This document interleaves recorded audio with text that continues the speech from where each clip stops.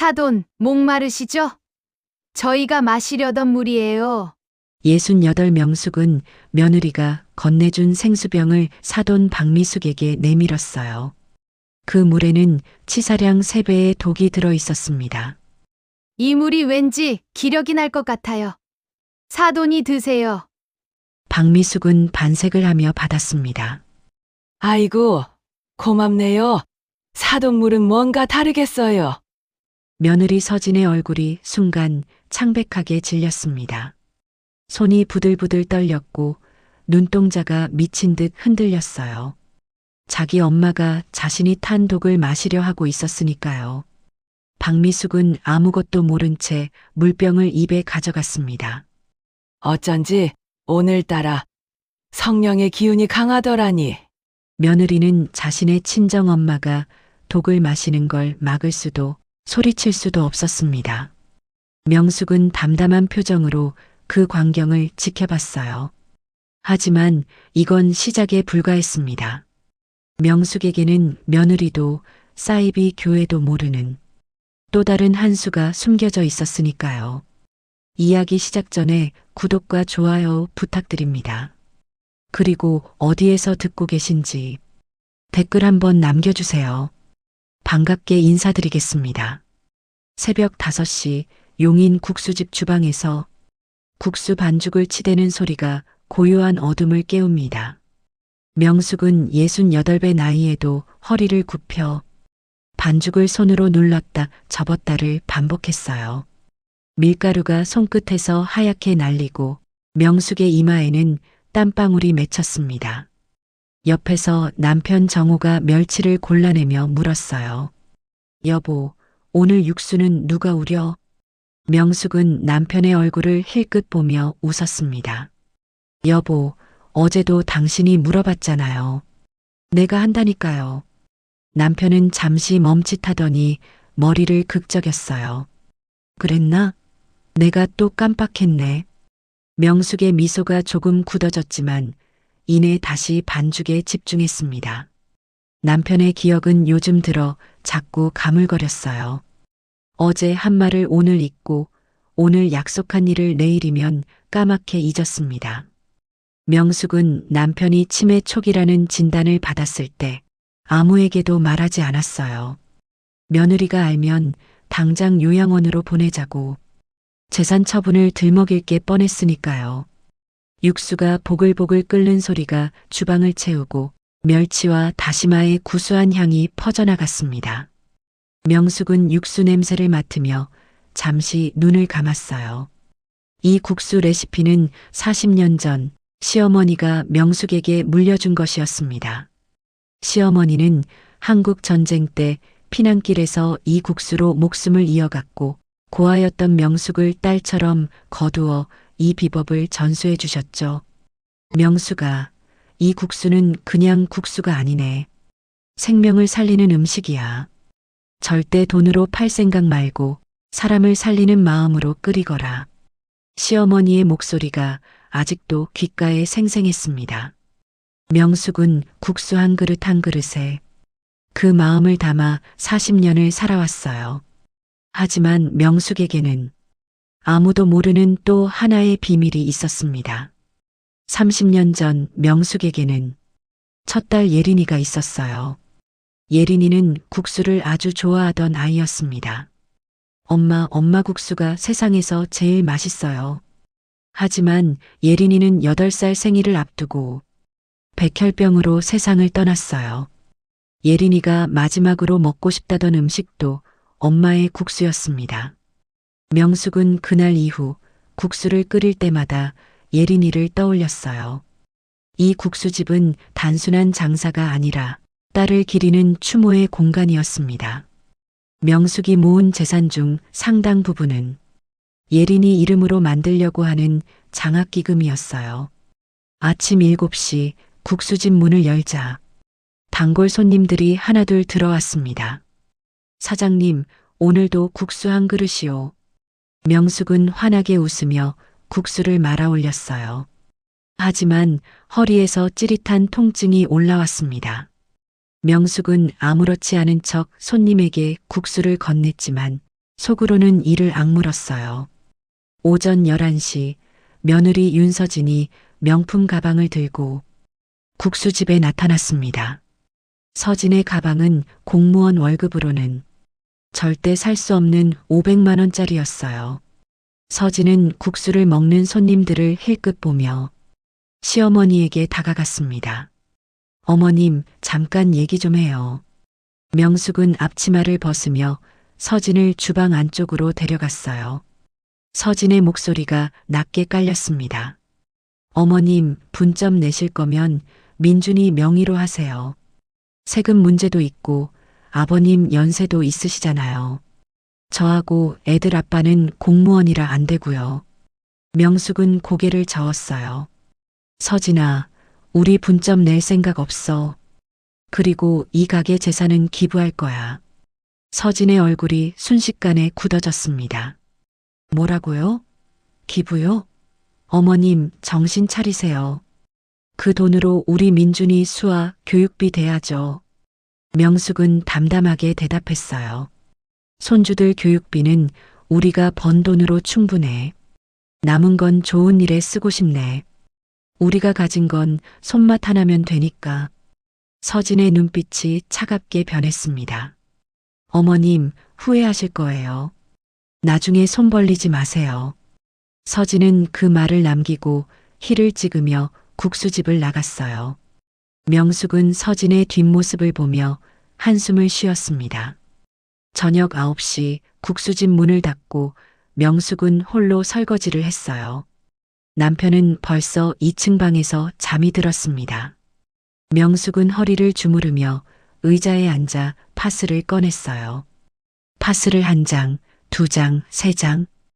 허리와 어깨, 무릎에 차례로 붙였습니다. 파스를 뜯는 소리가 텅 빈 주방에 울렸어요. 명숙은 파스를 붙이며 가슴속 통증도 느꼈습니다. 3달 전 병원에서 심장병 진단을 받았어요. 의사는 무리하지 마시고 약 드세요라고 했지만 명숙은 약을 먹지 않았습니다. 남편도 아들도 며느리도 모르는 비밀이었어요. 명숙은 생각했습니다. 수아 초등학교 입학식만 보면 여한이 없어. 그것만 보고 싶네. 며느리의 수상한 행동을 눈치챈 건 1달 전부터였습니다. 서진이 밤늦게 누군가와 전화하는 소리, 통장을 몰래 뒤지는 모습, 그리고 아들 명의로 빠져나간 거액의 돈. 명숙은 모든 걸 알고 있었어요. 자정이 넘은 시각, 명숙은 2층으로 올라가다 손주 민준이의 방문 틈새로 불빛이 새어나오는 걸 봤습니다. 명숙은 조용히 문을 열었어요. 민준아, 아직 안 잤니? 10살 민준이는 그림 일기를 쓰다가 깜짝 놀라 공책을 덮었습니다.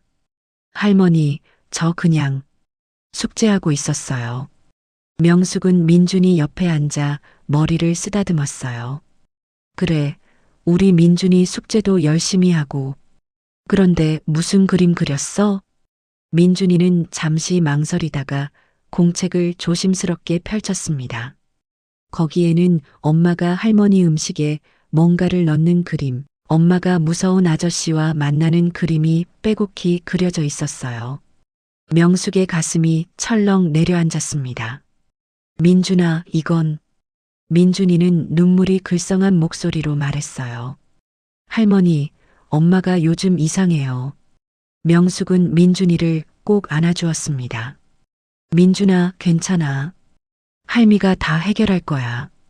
넌 아무 걱정 말고 잘 자렴. 민준이를 재운 후 명숙은 조용히 방으로 돌아와 창밖을 바라봤어요. 달이 차갑게 빛나고 있었습니다. 다음 날 새벽 명숙은 또다시 국수 반죽을 치대기 시작했어요. 하지만 이번에는 결심이 달랐습니다. 며느리의 악행을 막고 손주들을 지키고 이 국수집에 깃든 예린이의 영혼을 더럽히지 않을 거예요. 명숙의 눈빛에는 흔들림 없는 의지가 담겨 있었습니다. 저녁 무렵 서진은 국수집 보일러실을 기웃거렸어요. 명숙은 주방에서 몰래 서진의 행동을 지켜봤습니다. 서진은 보일러실 구석에 인화성 물질이 든 작은 통을 숨기려 했어요. 바로 그때 민준이가 뛰어들어왔습니다. 할머니, 숙제 검사해 주세요.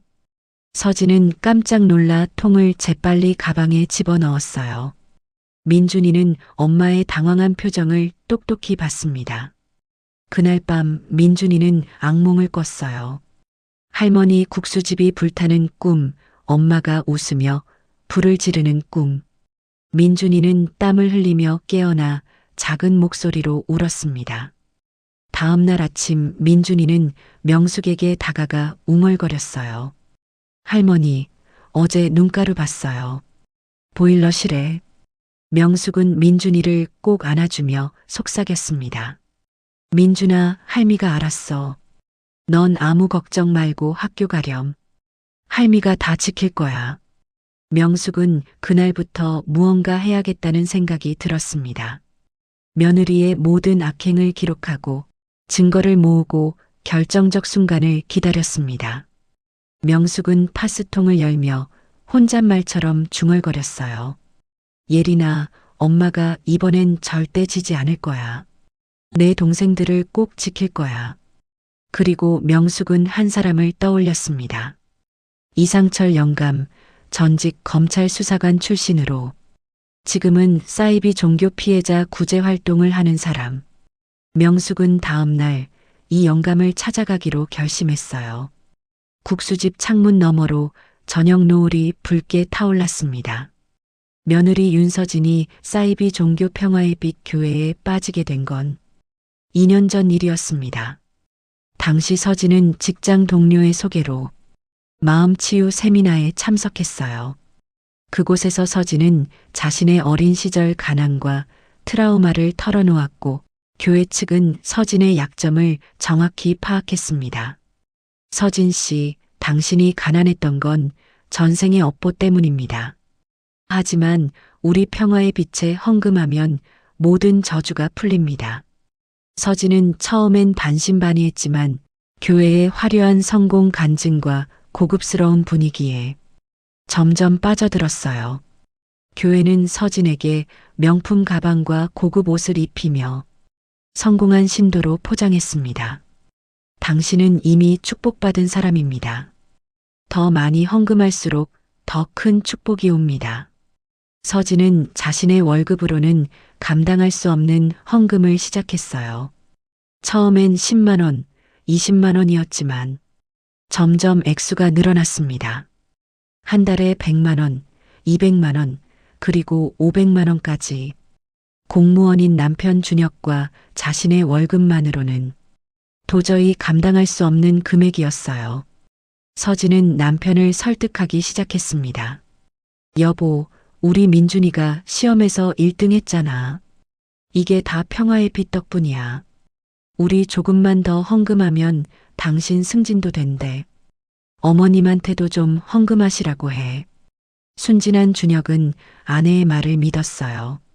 명숙에게 와서 돈이 필요하다면서 남편 몰래 5천만 원을 해갔습니다. 아니, 명숙의 통장을 주었지요. 서진은 처음엔 100만 원, 그 다음엔 500만 원, 결국엔 1000만 원 단위로 돈이 빠져나갔어요. 명숙은 통장 정리를 하다가 이 사실을 알게 되었습니다. 하지만 아들에게 직접 말할 수 없었어요. 서진이 시어머니가 우리 신앙을 방해한다며 아들을 더 교묘하게 조종할 게 뻔했으니까요. 명숙은 그때부터 며느리를 조용히 지켜보기 시작했습니다. 그리고 서진이 교회 재정 담당자 강민석과 수상한 관계라는 것도 알게 되었어요. 명숙이 이상철 영감을 알게 된 건 석 달 전이었습니다. 명숙은 사이비 종교 피해자 가족 모임에 참석했어요. 그곳에서 이상철 영감이 강연을 하고 있었습니다. 여러분, 사이비 종교는 가족을 파괴합니다. 하지만 법적으로 대응하지 않으면 막을 수 없습니다. 저는 검찰 특수부에서 30년간 이런 사건들을 다뤘습니다. 명숙은 그 강연을 듣고 이 영감이 자신의 유일한 희망이라는 걸 깨달았어요. 강연이 끝난 후 명숙은 이 영감에게 조심스럽게 다가갔습니다. 선생님, 제 며느리도 평화의 빛 교회에 빠졌습니다. 어떻게 하면 좋을까요?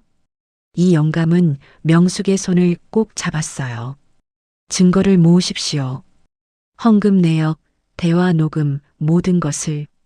그래야 법적으로 대응할 수 있습니다. 명숙은 그날부터 이 영감의 조언대로 증거를 모으기 시작했습니다. 파스통 안에 녹음기, 서진 가방의 마이크, 모두 이 영감이 알려준 방법이었어요.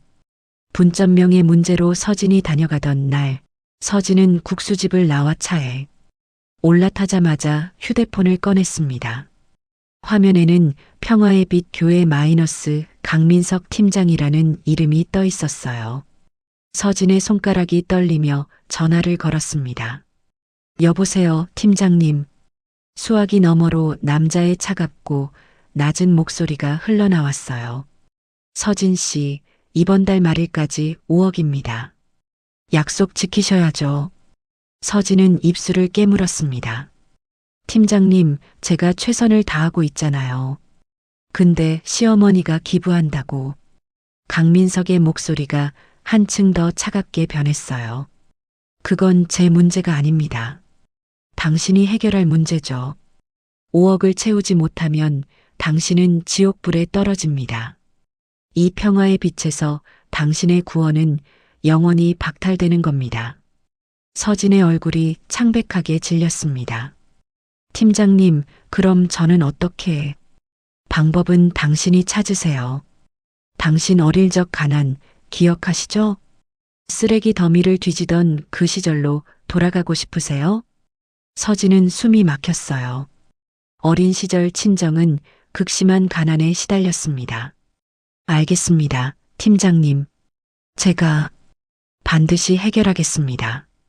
전화를 끄는 서진은 핸들을 세게 쥐었습니다. 손등의 핏줄이 파랗게 솟아올랐어요. 5억을 어떻게 구해? 서진의 머릿속에는 오직 한 가지 방법만 떠올랐습니다. 시어머니가 사라지면 시아버지 명의의 재산이 남편에게 상속되고 남편은 자신의 말을 따를 거예요. 서진은 백미러로 자신의 얼굴을 봤습니다. 창백하고 초조한 표정이었어요. 어차피 심장병으로 곧 죽을 사람이잖아. 조금 빨리 가시는 것뿐이야. 그래, 이건 신의 뜻이야.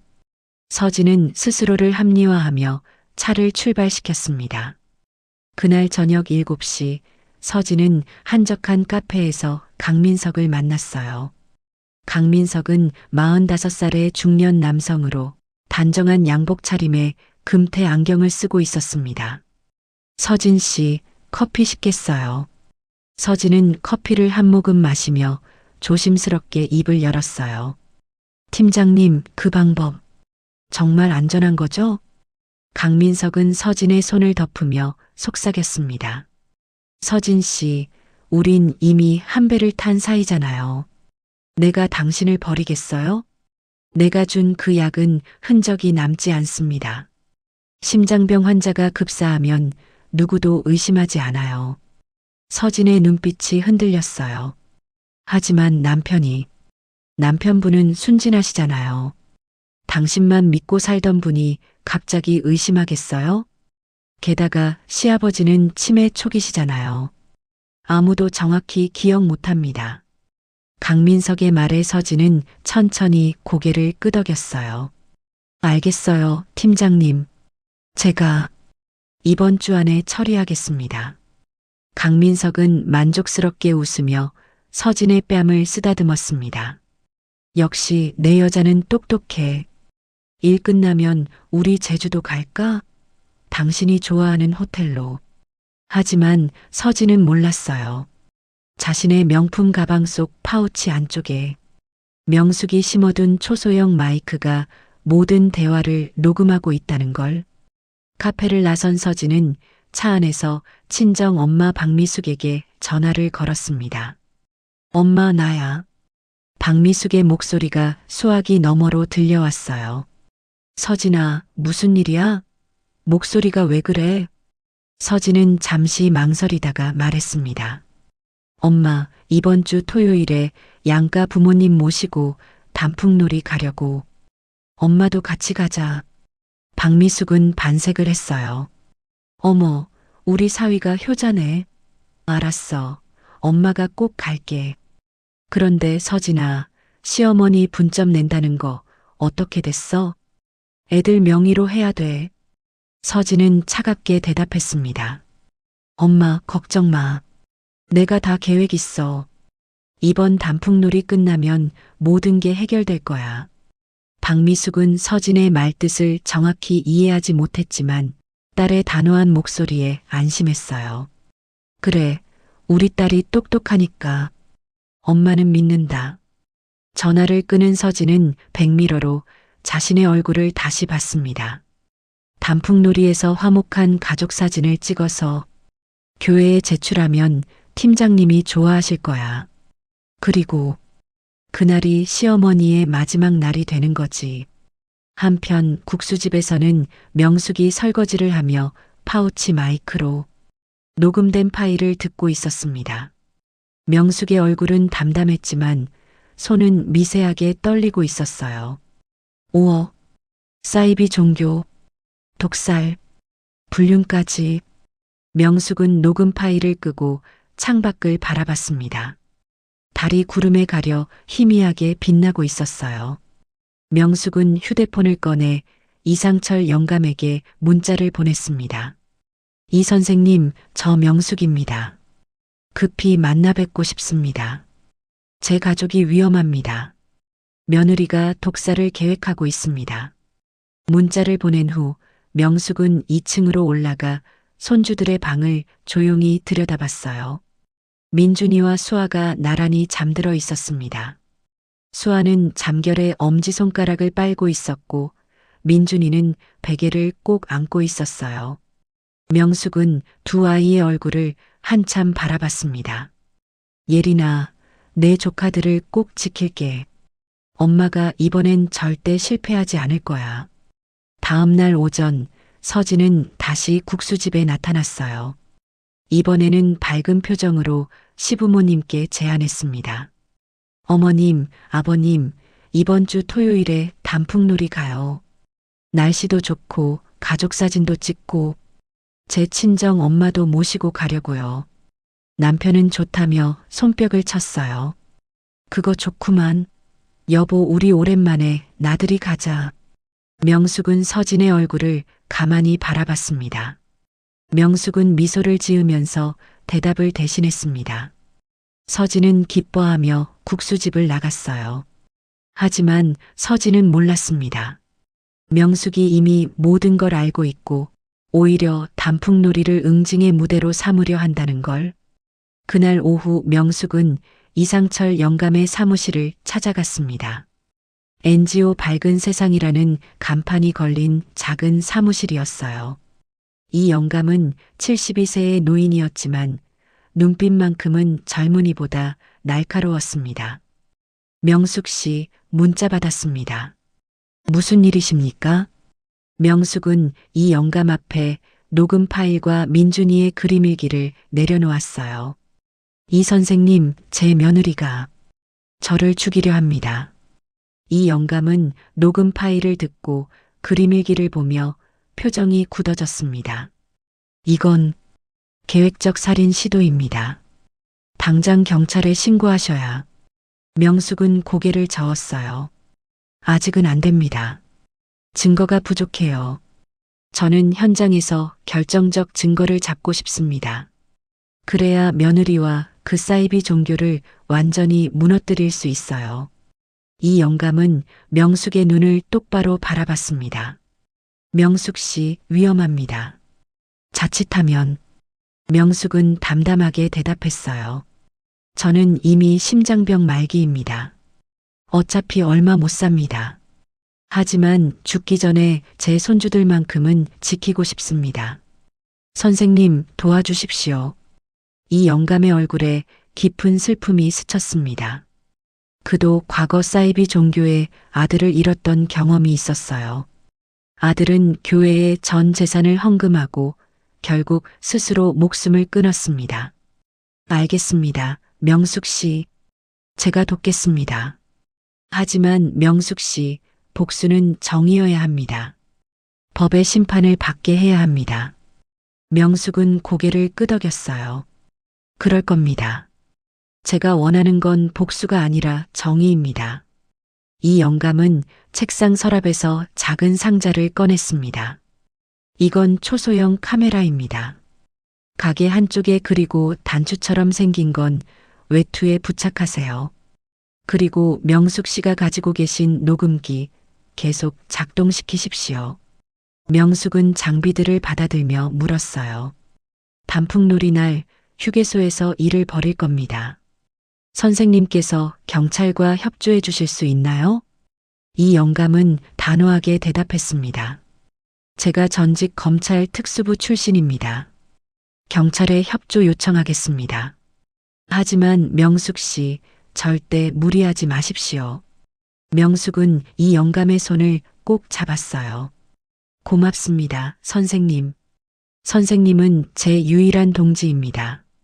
사무실을 나서는 명숙의 뒷모습을 바라보며 이 영감은 깊은 한숨을 쉬었습니다. 또 한 가족이 사이비 종교의 희생양이 되려 하는구나. 이번엔 막아야 해. 그날 밤 서진은 강민석으로부터 문자를 받았어요. 이번 주 토요일 단풍놀이 때 실행하세요. 지금 즉시 실행하라. 서진은 문자를 보며 이를 악물었습니다. 알았어요, 팀장님. 이번 주 토요일이 시어머니의 마지막 날이 될 겁니다. 서진은 서랍에서 작은 약병을 꺼냈어요. 무색무취의 액체가 들어 있었습니다. 이 약을 물에 타면 심장병 환자는 급사한다고 강민석이 말했죠. 서진은 약병을 꼭 쥐며 창밖을 바라봤습니다. 차가운 달빛이 서진의 얼굴을 비췄어요. 그 얼굴에는 더 이상 인간의 온기가 남아있지 않았습니다. 한편 명숙은 손주들을 재우고 홀로 주방에 앉아 있었어요. 파스통을 열어 녹음기를 확인하고 이 영감이 준 초소형 카메라를 살펴봤습니다. 창밖으로 가을바람이 불어왔습니다. 나뭇잎들이 바람에 흩날리며 떨어졌어요. 단풍놀이를 사흘 앞둔 수요일 아침, 명숙은 일찍 일어나 손주들의 아침을 준비했습니다. 민준이와 수아는 식탁에 나란히 앉아 있었어요. 하지만 수아의 표정이 평소와 달랐습니다. 7살 수아는 물컵을 바라보며 손을 떨고 있었어요. 수아야, 물 마셔. 목마르지? 명숙이 물컵을 가까이 밀어주자 수아는 고개를 세차게 저었습니다. 싫어요, 할머니. 물 무서워요. 명숙의 가슴이 철렁했어요. 민준이가 조용히 말했습니다. 할머니, 수아가 사흘 전부터 물을 안 마셔요. 우유나 주스만 마시고. 명숙은 수아를 무릎에 앉히고 조심스럽게 물었어요. 수아야, 물이 왜 무서워? 할미한테 말해봐. 수아는 명숙의 옷깃을 꼭 쥐며 작은 목소리로 속삭였습니다. 엄마가요, 할머니한테 천상의 물을 드린대요. 그러면 할머니가 하늘나라 가신대요. 명숙의 손이 멈췄습니다. 수아야, 엄마가 언제 그런 말을 했어? 수아는 눈물이 글썽하며 대답했어요. 지난주요. 엄마가 저한테 생수병 주면서 이건 할머니 영혼을 하늘나라로 보내줄 천상의 물이래요. 근데 할머니, 저 할머니 안 보내고 싶어요. 명숙은 수아를 꼭 안아주었습니다.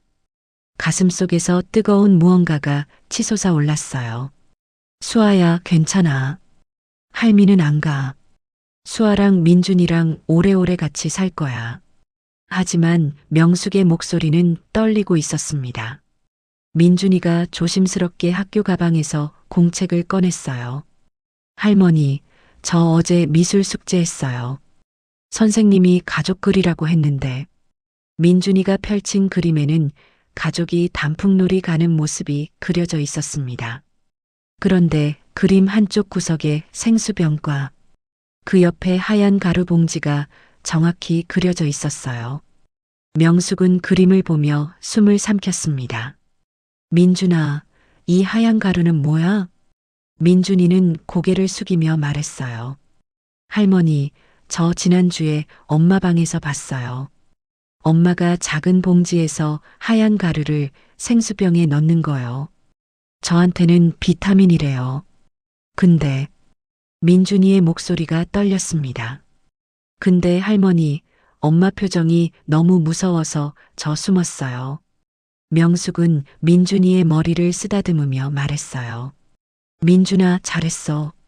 이 그림 할미가 가져도 될까? 민준이는 고개를 끄덕였습니다. 네, 할머니. 근데 할머니, 엄마한테 말하면 안 돼요. 엄마가 화낼까봐 무서워요. 명숙은 두 손주를 꼭 안아주었어요. 걱정 마. 할미가 다 해결할게. 너희는 아무 걱정 말고 학교 가렴.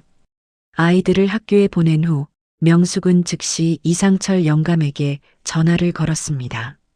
이 선생님, 저 명숙입니다. 지금 당장 만나 뵙고 싶습니다. 1시간 후 명숙은 NGO 밝은 세상 사무실에 도착했어요. 이 영감은 명숙의 창백한 얼굴을 보며 물었습니다. 명숙 씨, 무슨 일이십니까? 명숙은 떨리는 손으로 민준이의 그림과 녹음기를 꺼냈어요. 이 선생님, 제 손주들이 증언을 해줬습니다. 며느리가 독을 준비하고 있다는 걸 직접 봤대요. 이 영감은 그림을 보며 표정이 굳어졌습니다. 이건 명백한 살인 예비죠. 그리고 아이가 본 하얀 가루. 명숙은 녹음기를 재생했어요. 강민석과 서진의 대화가 선명하게 들려왔습니다. 심장병 환자가 급사하면 누구도 의심하지 않아요. 알겠어요, 팀장님. 이번 주 토요일이 시어머니의 마지막 날이 될 겁니다. 이 영감은 녹음을 듣고 주먹을 불끈 쥐었어요. 명숙 씨, 이제 충분한 증거가 모였습니다. 당장 경찰에. 그때 명숙의 휴대폰이 울렸습니다. 모르는 번호였어요. 명숙은 잠시 망설이다가 전화를 받았습니다. 여보세요? 수화기 너머로 낯선 남자의 목소리가 들려왔어요. 명숙 씨죠? 저는 평화의 빛 교회 재정팀장 강민석입니다. 명숙의 얼굴이 굳어졌습니다. 이 영감이 재빨리 녹음 버튼을 눌렀어요. 강민석의 목소리는 차갑고 위협적이었습니다. 명숙 씨, 며느리분한테 들었습니다. 재산을 기부하신다고요? 그건 좀 곤란한데요. 명숙은 침착하게 대답했어요. 그게 당신과 무슨 상관입니까? 강민석이 비웃듯 말했습니다. 상관 많죠. 그 재산은 이미 우리 교회에 약속된 헌금입니다. 명숙 씨, 기부 서류에 사인하지 않으면 어떻게 될지 아십니까? 어떻게 된다는 겁니까?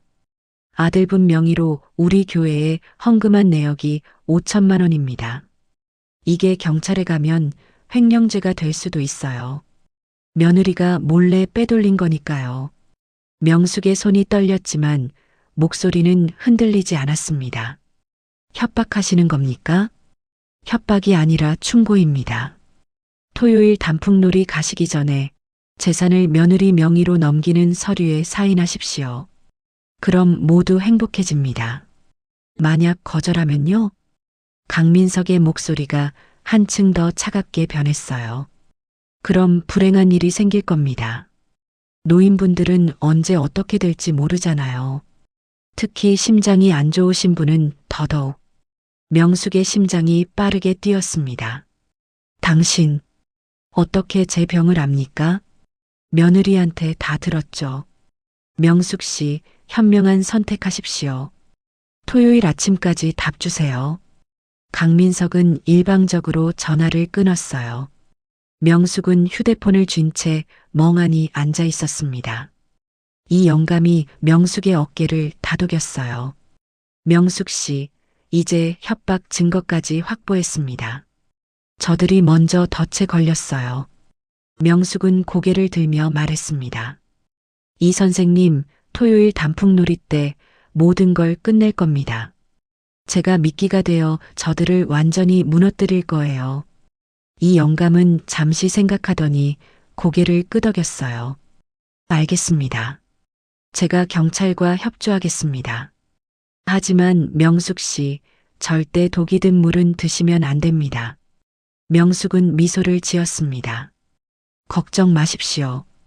저는 이미 계획이 있어요. 이 영감은 책상에 지도를 펼쳤어요. 단풍놀이 가시는 경로가 어디입니까? 설악산 쪽으로 가요. 중간에 춘천 휴게소에서 쉬기로 했고요. 이 영감은 지도에 표시를 하며 말했습니다. 좋습니다. 춘천 휴게소를 응징의 무대로 삼겠습니다. 제가 경찰한테 미리 알려주겠습니다. 이 영감은 명숙에게 작은 단추 모양의 카메라를 건넸어요. 이걸 외투에 달고 가십시오.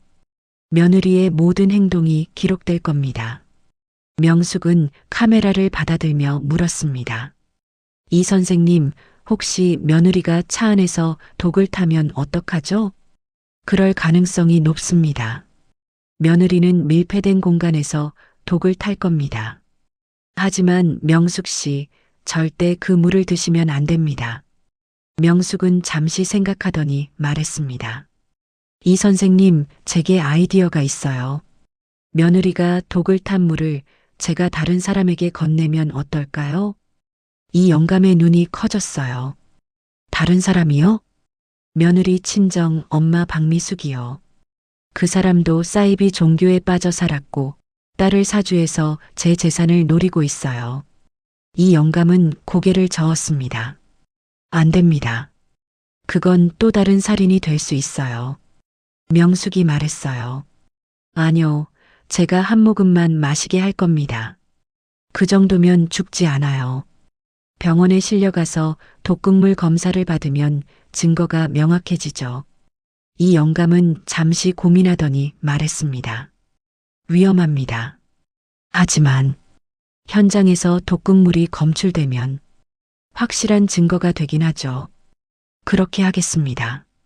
저는 며느리를 감옥에 보낼 겁니다. 그리고 사이비 종교도 무너뜨릴 거예요. 이 영감은 명숙의 눈을 똑바로 바라봤습니다. 명숙 씨, 당신은 정말 강한 사람입니다. 하지만 절대 무리하지 마십시오. 명숙은 이 영감에게 민준이의 그림을 건넸어요. 이 선생님, 이 그림을 증거로 제출해 주세요. 그리고 제 손녀 수아의 증언도요. 이 영감은 그림을 받아들며 말했습니다. 아이들의 순수한 증언이 가장 강력한 증거가 될 겁니다. 명숙이 사무실을 나서려 할 때 이 영감이 불렀어요. 명숙 씨, 한 가지만 여쭙겠습니다. 왜 이렇게까지 하십니까? 명숙은 잠시 멈춰서서 대답했습니다. 제 첫 딸 예린이를 30년 전에 잃었어요.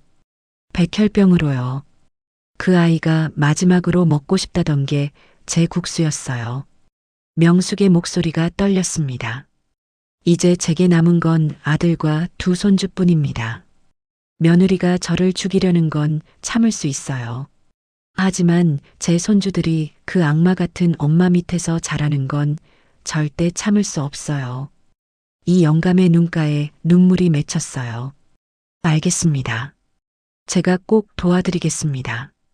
사무실을 나온 명숙은 버스 정류장에 앉아 잠시 쉬었습니다. 가슴이 답답하고 숨이 가빴어요. 심장병 증상이었습니다. 명숙은 가방에서 심장약을 꺼내 입에 넣었어요. 조금만 더 버텨. 토요일까지만. 그 이후엔 예린이한테 가도 괜찮아. 명숙은 휴대폰으로 수아의 사진을 봤습니다. 수아가 환하게 웃고 있는 사진이었어요. 수아야, 할미가 꼭 지켜줄게.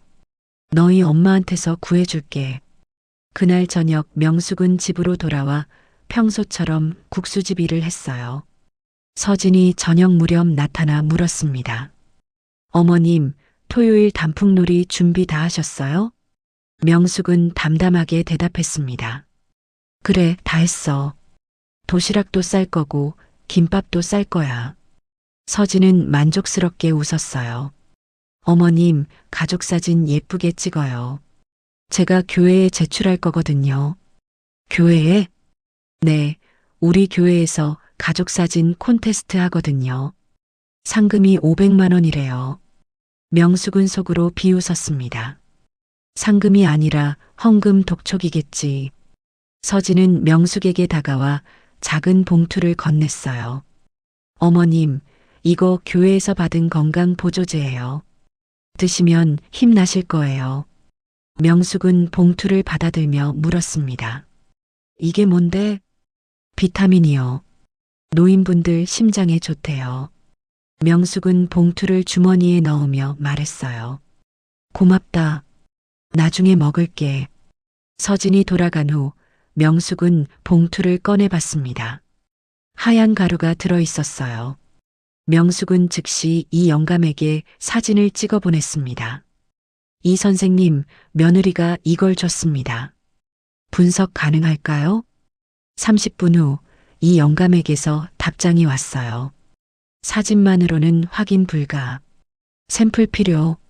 내일 오전에 가져오세요. 명숙은 봉투를 조심스럽게 지퍼백에 넣어 냉장고에 숨겼습니다.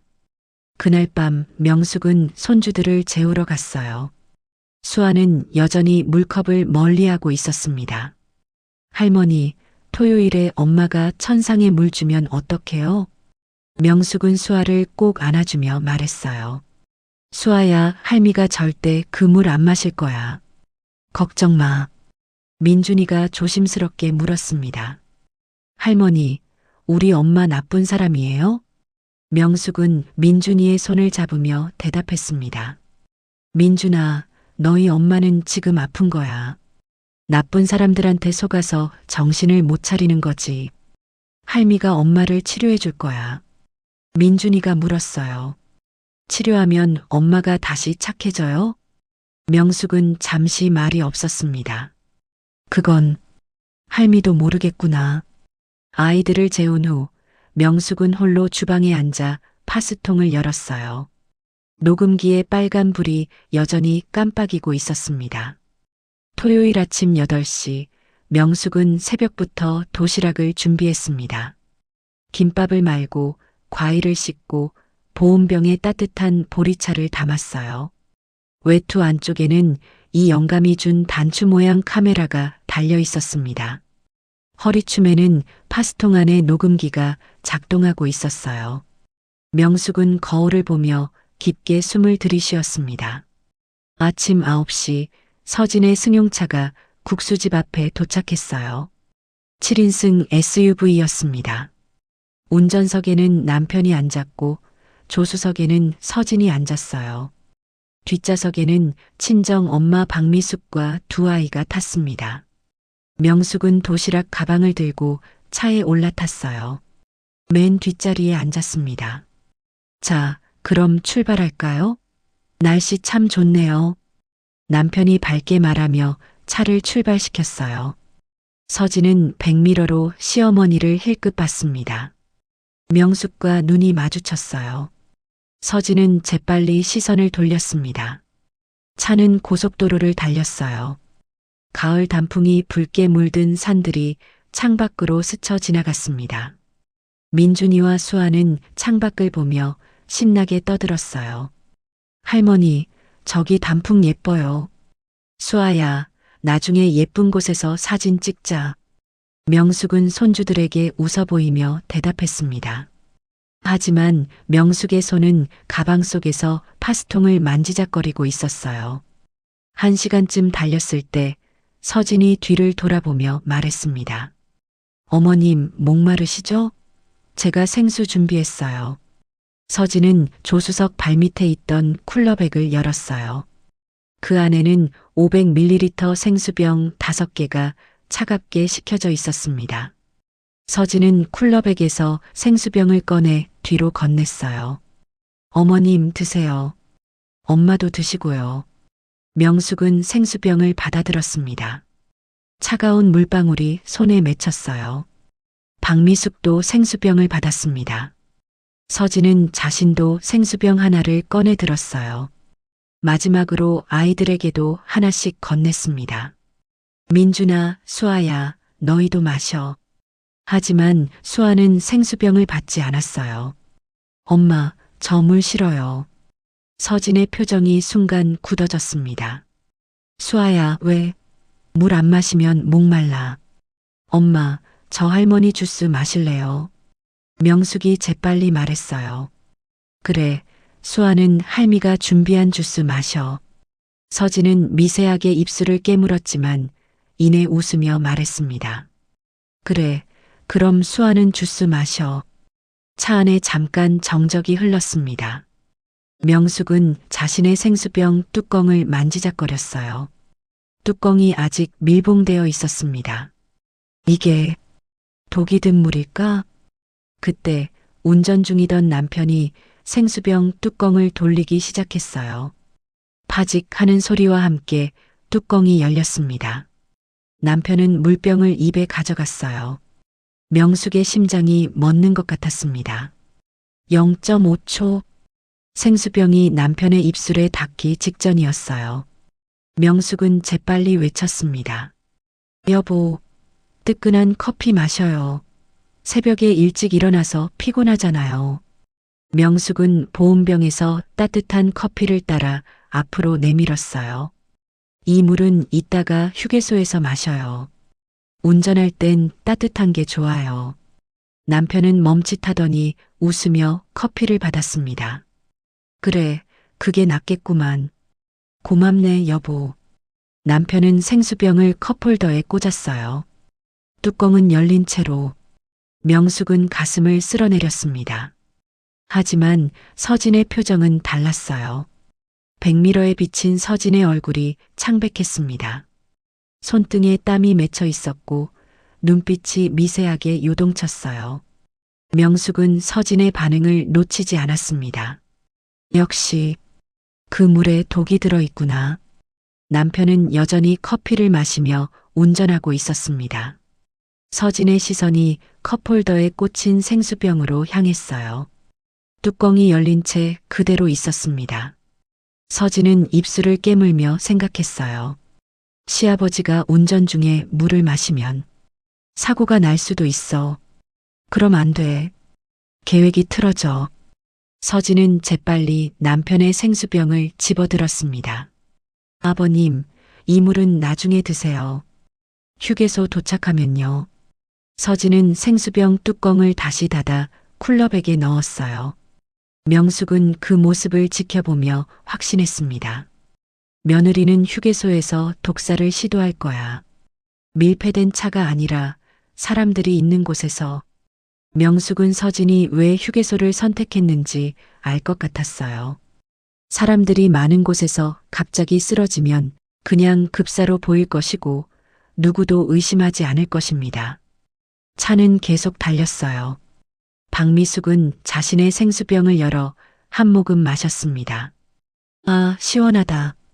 요즘 날씨가 따뜻해서 물이 꿀맛이네. 명숙은 박미숙을 보며 생각했어요.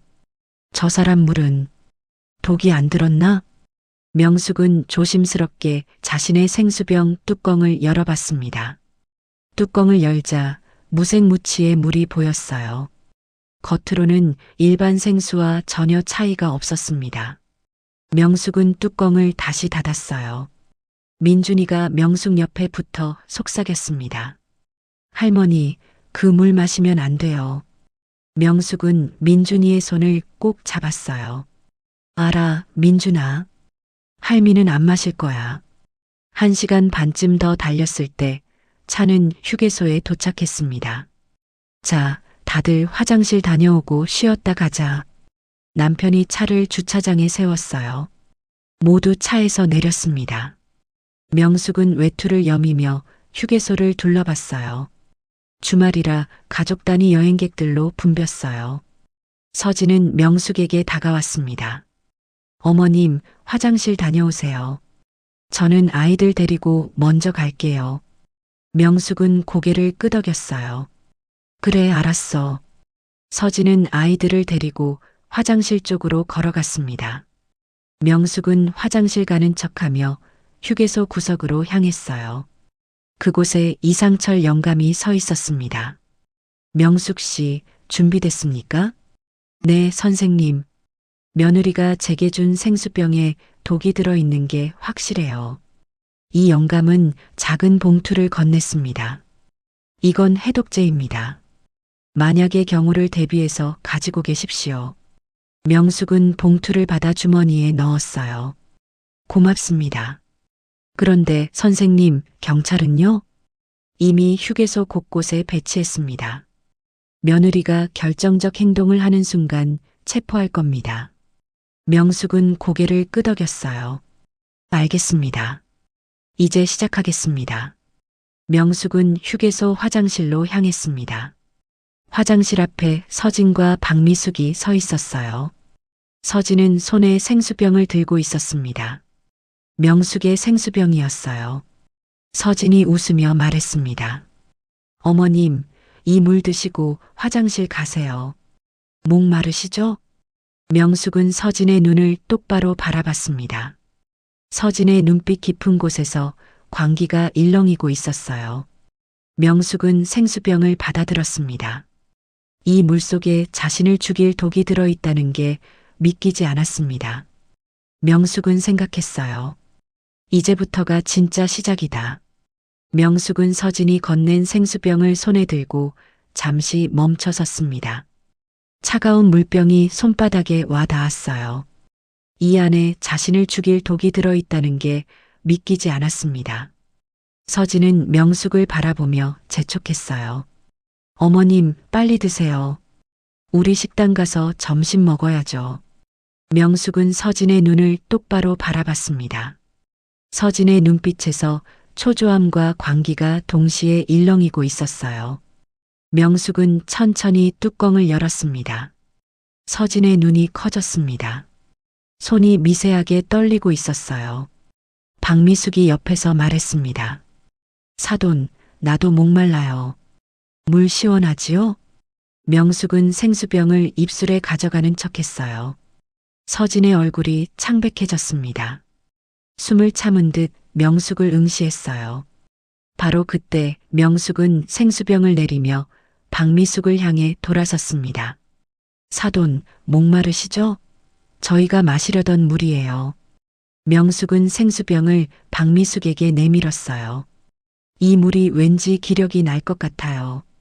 사돈이 드세요. 박미숙은 반색을 하며 받았습니다. 어머, 고맙네요. 사돈물은 뭔가 다르겠어요. 서진의 얼굴에서 핏기가 싹 가셨습니다. 입술이 파르르 떨렸어요. 엄마, 그 물은... 하지만 박미숙은 이미 물병을 입에 가져가고 있었습니다. 서진이 박미숙의 팔을 잡으려 했지만 이미 늦었어요. 박미숙은 물을 벌컥 한 모금 마셨습니다. 아, 시원해. 어쩐지 오늘따라 성령의 기운이 강하더라니. 사돈물에도 신의 축복이 있구먼. 박미숙은 탐욕스럽게 또 한 모금을 마시려 했어요. 서진이 재빨리 물병을 낚아챘습니다. 엄마, 그만. 그 물은 너무 차가워요. 배탈 날 수 있어요. 서진의 목소리가 떨렸어요. 박미숙은 어리둥절한 표정으로 딸을 바라봤습니다. 왜 그래, 서진아? 너 얼굴이 왜 그렇게 하얘? 서진은 아무 말도 못하고 물병을 꼭 쥐고 있었어요. 손이 부들부들 떨렸습니다. 명숙은 서진의 반응을 놓치지 않았어요. 역시 그 물에 독이 들어 있었구나. 그리고 며느리는 자기 엄마가 마신 걸 알고 있어. 명숙은 담담한 표정으로 말했습니다. 서진아, 화장실 다녀올게. 사돈도 같이 가시죠. 박미숙은 명숙을 따라 화장실로 향했어요. 서진은 그 자리에 얼어붙은 채 서 있었습니다. 물병을 쥔 손이 하얗게 질려 있었어요. 화장실 안에서 명숙은 박미숙의 안색을 살폈습니다. 아직 특별한 증상은 없었어요. 박미숙은 화장실 거울을 보며 화장을 고쳤습니다. 사돈, 오늘 단풍 구경 가니까 기분 좋네요. 우리 사위가 참 효자예요. 명숙은 아무 대답도 하지 않았어요. 박미숙이 말을 이었습니다. 사돈, 그런데 분점 얘기는 어떻게 됐어요? 우리 서진이가 걱정이 많더라고요. 사돈은 며느리가 어떤 교회 다니는지 아세요? 박미숙의 얼굴이 잠시 굳어졌습니다. 평화의 빛 교회요? 그게 왜요? 사돈도 그 교회 다니시죠? 박미숙은 잠시 말을 멈췄어요. 네, 저도 가끔 가요. 좋은 교회예요. 명숙은 박미숙을 똑바로 바라봤습니다. 그 교회가 우리 아들 명의로 5천만 원을 빼갔다는 거 아세요? 박미숙의 얼굴이 창백해졌어요. 그건 헌금은 축복을 받으려고. 사돈, 그게 사이비 종교라는 거 모르세요? 박미숙은 아무 말도 못했습니다. 바로 그때 박미숙의 얼굴이 일그러졌어요. 갑자기 속이. 박미숙은 급히 화장실 칸으로 달려갔습니다. 구역질 소리가 들려왔어요. 명숙은 즉시 화장실 밖으로 나가 이상철 영감에게 신호를 보냈습니다. 이 영감은 고개를 끄덕이고 휴대폰으로 119에 전화를 걸었어요. 명숙은 다시 화장실로 돌아갔습니다. 박미숙이 휴지로 입을 닦으며 나왔어요. 얼굴이 창백하고 식은땀이 흘렀습니다. 사돈, 저 갑자기 속이 안 좋아요. 멀미인가? 명숙은 박미숙을 부축했어요. 사돈, 밖에 나가서 바람 쐬세요. 제가 도와드릴게요. 두 사람이 화장실 밖으로 나왔을 때 서진이 달려왔습니다. 엄마, 괜찮아요? 서진의 얼굴은 공포로 일그러져 있었어요. 박미숙이 한 모금 마신 물, 그 물에 든 독이 지금 효과를 나타내고 있다는 걸 서진은 알고 있었습니다. 박미숙은 딸에게 기댔어요. 서진아, 나 속이 너무 안 좋아. 토할 것 같아. 서진의 눈동자가 미세하게 요동쳤습니다. 그리고 서진은 명숙을 바라봤어요. 명숙은 담담한 표정으로 서 있었습니다. 서진의 머릿속이 하얗게 변했습니다. 왜 시어머니는 멀쩡하지? 분명 그 물을 마셔야 하는데. 엄마가 마셨잖아. 서진의 얼굴에서 땀이 주르륵 흘렀어요. 손이 떨리고 심장이 미친 듯이 뛰었습니다. 바로 그때 명숙이 말했습니다. 서진아, 사돈이 많이 안 좋아 보이네. 119 불러야 하지 않을까? 서진은 고개를 세차게 저었어요. 아니에요. 그냥 멀미예요. 차에 가서 쉬면 나아질 거예요. 하지만 박미숙의 상태는 점점 더 나빠졌습니다. 얼굴이 창백해지고 식은땀이 계속 흘렀어요. 서진아, 나 정말 이상해. 가슴이 답답하고 숨이. 박미숙이 비틀거렸습니다. 서진이 황급히 엄마를 붙잡았어요. 주변 사람들이 하나둘 모여들기 시작했습니다. 저기 사람이 쓰러지려고 해. 누가 119 불렀어요? 이상철 영감이 다가왔어요. 제가 이미 신고했습니다. 구급차가 곧 올 겁니다. 서진은 공황 상태에 빠졌습니다. 엄마가 독 때문에 쓰러지고 있고 시어머니는 멀쩡하고 구급차까지 오고 있었어요. 안 돼. 안 돼요. 엄마는 괜찮아요. 서진이 박미숙을 끌고 차 쪽으로 가려고 했습니다. 하지만 박미숙은 더 이상 걸을 수 없었어요. 그 자리에 주저앉았습니다. 서진아, 나 죽는 거 아니야? 왜 이렇게 숨이 안 쉬어져? 서진의 눈에서 눈물이 주르륵 흘렀어요. 엄마 아니야. 괜찮을 거야. 조금만 참아. 명숙은 그 광경을 지켜보며 조용히 말했습니다. 서진아, 사돈한테 무슨 물을 준 거니? 서진이 명숙을 돌아봤어요. 명숙의 눈빛은 차갑고 단호했습니다. 그 생수병, 뭐가 들어있었니? 서진은 입술을 떨며 대답하지 못했어요.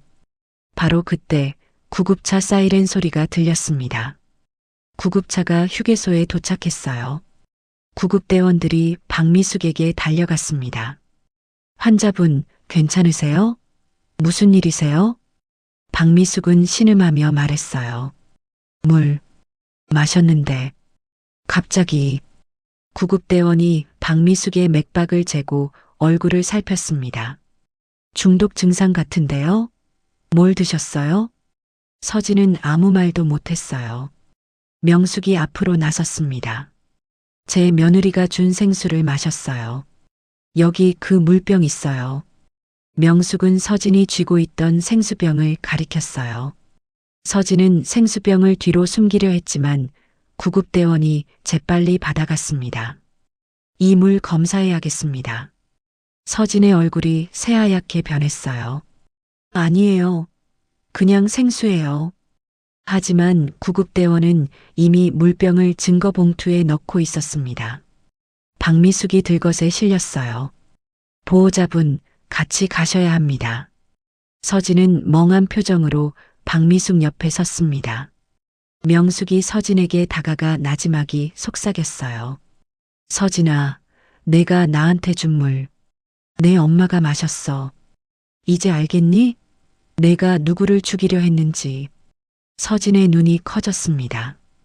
온몸이 부들부들 떨렸어요. 아니야, 아니야. 이럴 리 없어. 서진은 그 자리에 주저앉아 머리를 감싸쥐었습니다. 바로 그때 서진의 휴대폰이 울렸어요. 강민석에게서 온 전화였습니다. 서진은 떨리는 손으로 전화를 받았어요.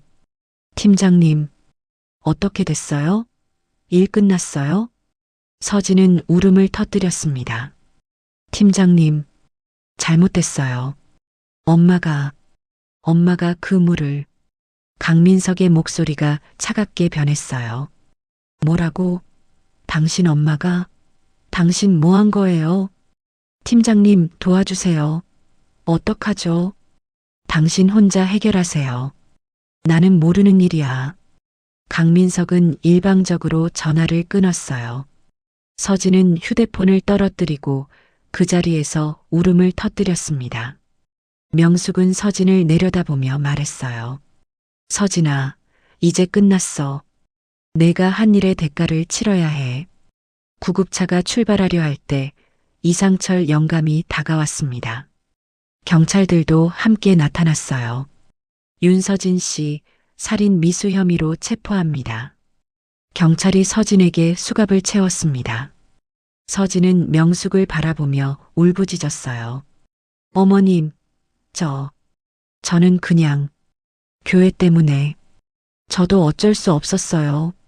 명숙은 차갑게 대답했습니다. 내가 선택한 길이야. 이제 책임져. 서진이 경찰차에 실려가는 모습을 명숙은 담담히 지켜봤습니다. 남편과 아이들이 달려왔어요. 여보, 무슨 일이야? 서진이가 왜? 명숙은 남편의 손을 잡았습니다. 여보, 이따가 다 설명할게. 일단 아이들 데리고 차에 가 있어요.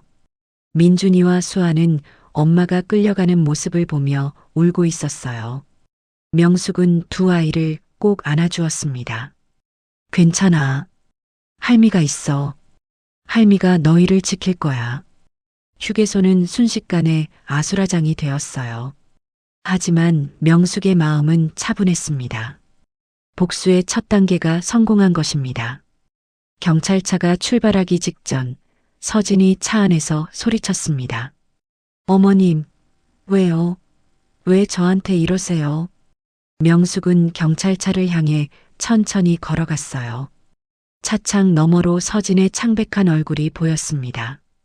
명숙은 창문에 손을 대며 조용히 말했어요. 서진아, 내가 왜 여기 있는지 정말 모르겠니? 서진은 고개를 세차게 저었습니다. 저는 아무것도 안 했어요. 명숙은 외투 주머니에서 작은 녹음기를 꺼냈어요. 파스통 안에 숨겨두었던 그 녹음기였습니다. 그럼 이건 뭐지? 명숙이 재생 버튼을 눌렀습니다. 녹음기에서 서진과 강민석의 대화가 흘러나왔어요. 심장병 환자가 급사하면 누구도 의심하지 않아요. 알겠어요, 팀장님. 이번 주 토요일이 시어머니의 마지막 날이 될 겁니다. 서진의 얼굴에서 핏기가 싹 가셨습니다. 입이 떡 벌어진 채 명숙을 바라봤어요. 그건 어떻게 해? 명숙은 녹음기를 멈추고 말했습니다. 네가 내 가방 속 파우치에 심어둔 마이크 알지? 나도 내 가방에 마이크를 심어뒀어. 한 달 전부터. 서진은 숨이 막힌 듯 헐떡였어요. 어머님, 언제부터 알고 계셨어요? 내가 사이비 종교에 빠져서 우리 아들 명의로 5천만 원을 빼돌린 것도 알아. 강민석이랑 불륜 관계인 것도 알아. 그리고 오늘 나를 독살하려 한 것도 다 알아. 명숙의 목소리는 차갑고 단호했습니다. 서진은 고개를 떨구며 울기 시작했어요. 어머님, 저도 어쩔 수 없었어요. 교회에서 5억을 내라고. 그래서 시어머니를 죽이려 했어? 내 손주들 할머니를? 서진은 아무 말도 못했습니다. 명숙은 다시 녹음기를 재생했어요. 이번엔 다른 대화가 흘러나왔습니다. 강민석의 목소리였어요. 우리 교회 내부 감사 문제 아시죠? 전직 검찰 출신 놈이 우릴 조사하려고 해요. 그 자식 입 막아야 합니다. 팀장님 어떡해요? 돈으로 매수하든 협박하든 수단 방법 가리지 마세요. 우리 5억짜리 비자금 걸렸다간 다 끝장입니다. 경찰이 녹음기를 듣고 눈빛이 날카로워졌어요. 이건 중요한 증거입니다. 강민석이라는 사람 지금 어디 있습니까? 명숙은 이상철 영감을 가리켰습니다. 이 선생님께서 아실 겁니다. 이 영감이 앞으로 나섰어요. 저는 전직 검찰 수사관 이상철입니다. 평화의 빛 교회를 3개월간 내사했습니다. 이 영감은 서류 뭉치를 경찰에게 건넸어요. 이게 교회 비리 증거입니다. 횡령액만 50억이 넘습니다. 재정팀장 강민석이 핵심 인물이고요. 경찰이 서류를 받아들며 물었습니다. 강민석은 지금 어디 있습니까? 이 영감이 휴게소 식당 쪽을 가리켰어요. 저기 앉아 있습니다. 제가 미행했습니다. 경찰들이 재빨리 식당으로 달려갔어요. 강민석은 커피를 마시며 휴대폰을 보고 있었습니다. 아마 서진에게서 온 연락을 기다리고 있었을 거예요. 경찰이 강민석에게 다가갔습니다. 강민석 씨죠? 횡령과 살인 교사 혐의로 체포합니다. 강민석은 깜짝 놀라 벌떡 일어났어요. 뭐라고요? 무슨 소리예요? 평화의 빛 교회 비자금 조성, 그리고 윤서진 씨에게 살인을 교사한 혐의입니다. 강민석의 얼굴이 창백해졌어요. 저는 모르는 일입니다. 하지만 경찰은 이미 강민석에게 수갑을 채우고 있었습니다. 강민석은 휴게소를 둘러보다 서진이 탄 경찰차를 봤어요. 그리고 그 옆에 서 있는 명숙도 봤습니다. 강민석의 얼굴이 분노로 일그러졌어요. 윤서진, 내가 다 불었구나. 서진은 경찰차 안에서 고개를 저으며 울었습니다. 팀장님, 저 아니에요. 하지만 아무도 서진의 말을 듣지 않았어요. 강민석도 경찰차에 실렸습니다. 2대의 경찰차가 나란히 서 있었어요. 한 대에는 서진이, 다른 한 대에는 강민석이 타고 있었습니다. 명숙은 2 경찰차를 번갈아 바라보며 생각했어요. 이제 시작이야. 저들의 진짜 벌은 이제부터야. 바로 그때 서진이 경찰차 문을 두드리며 소리쳤습니다.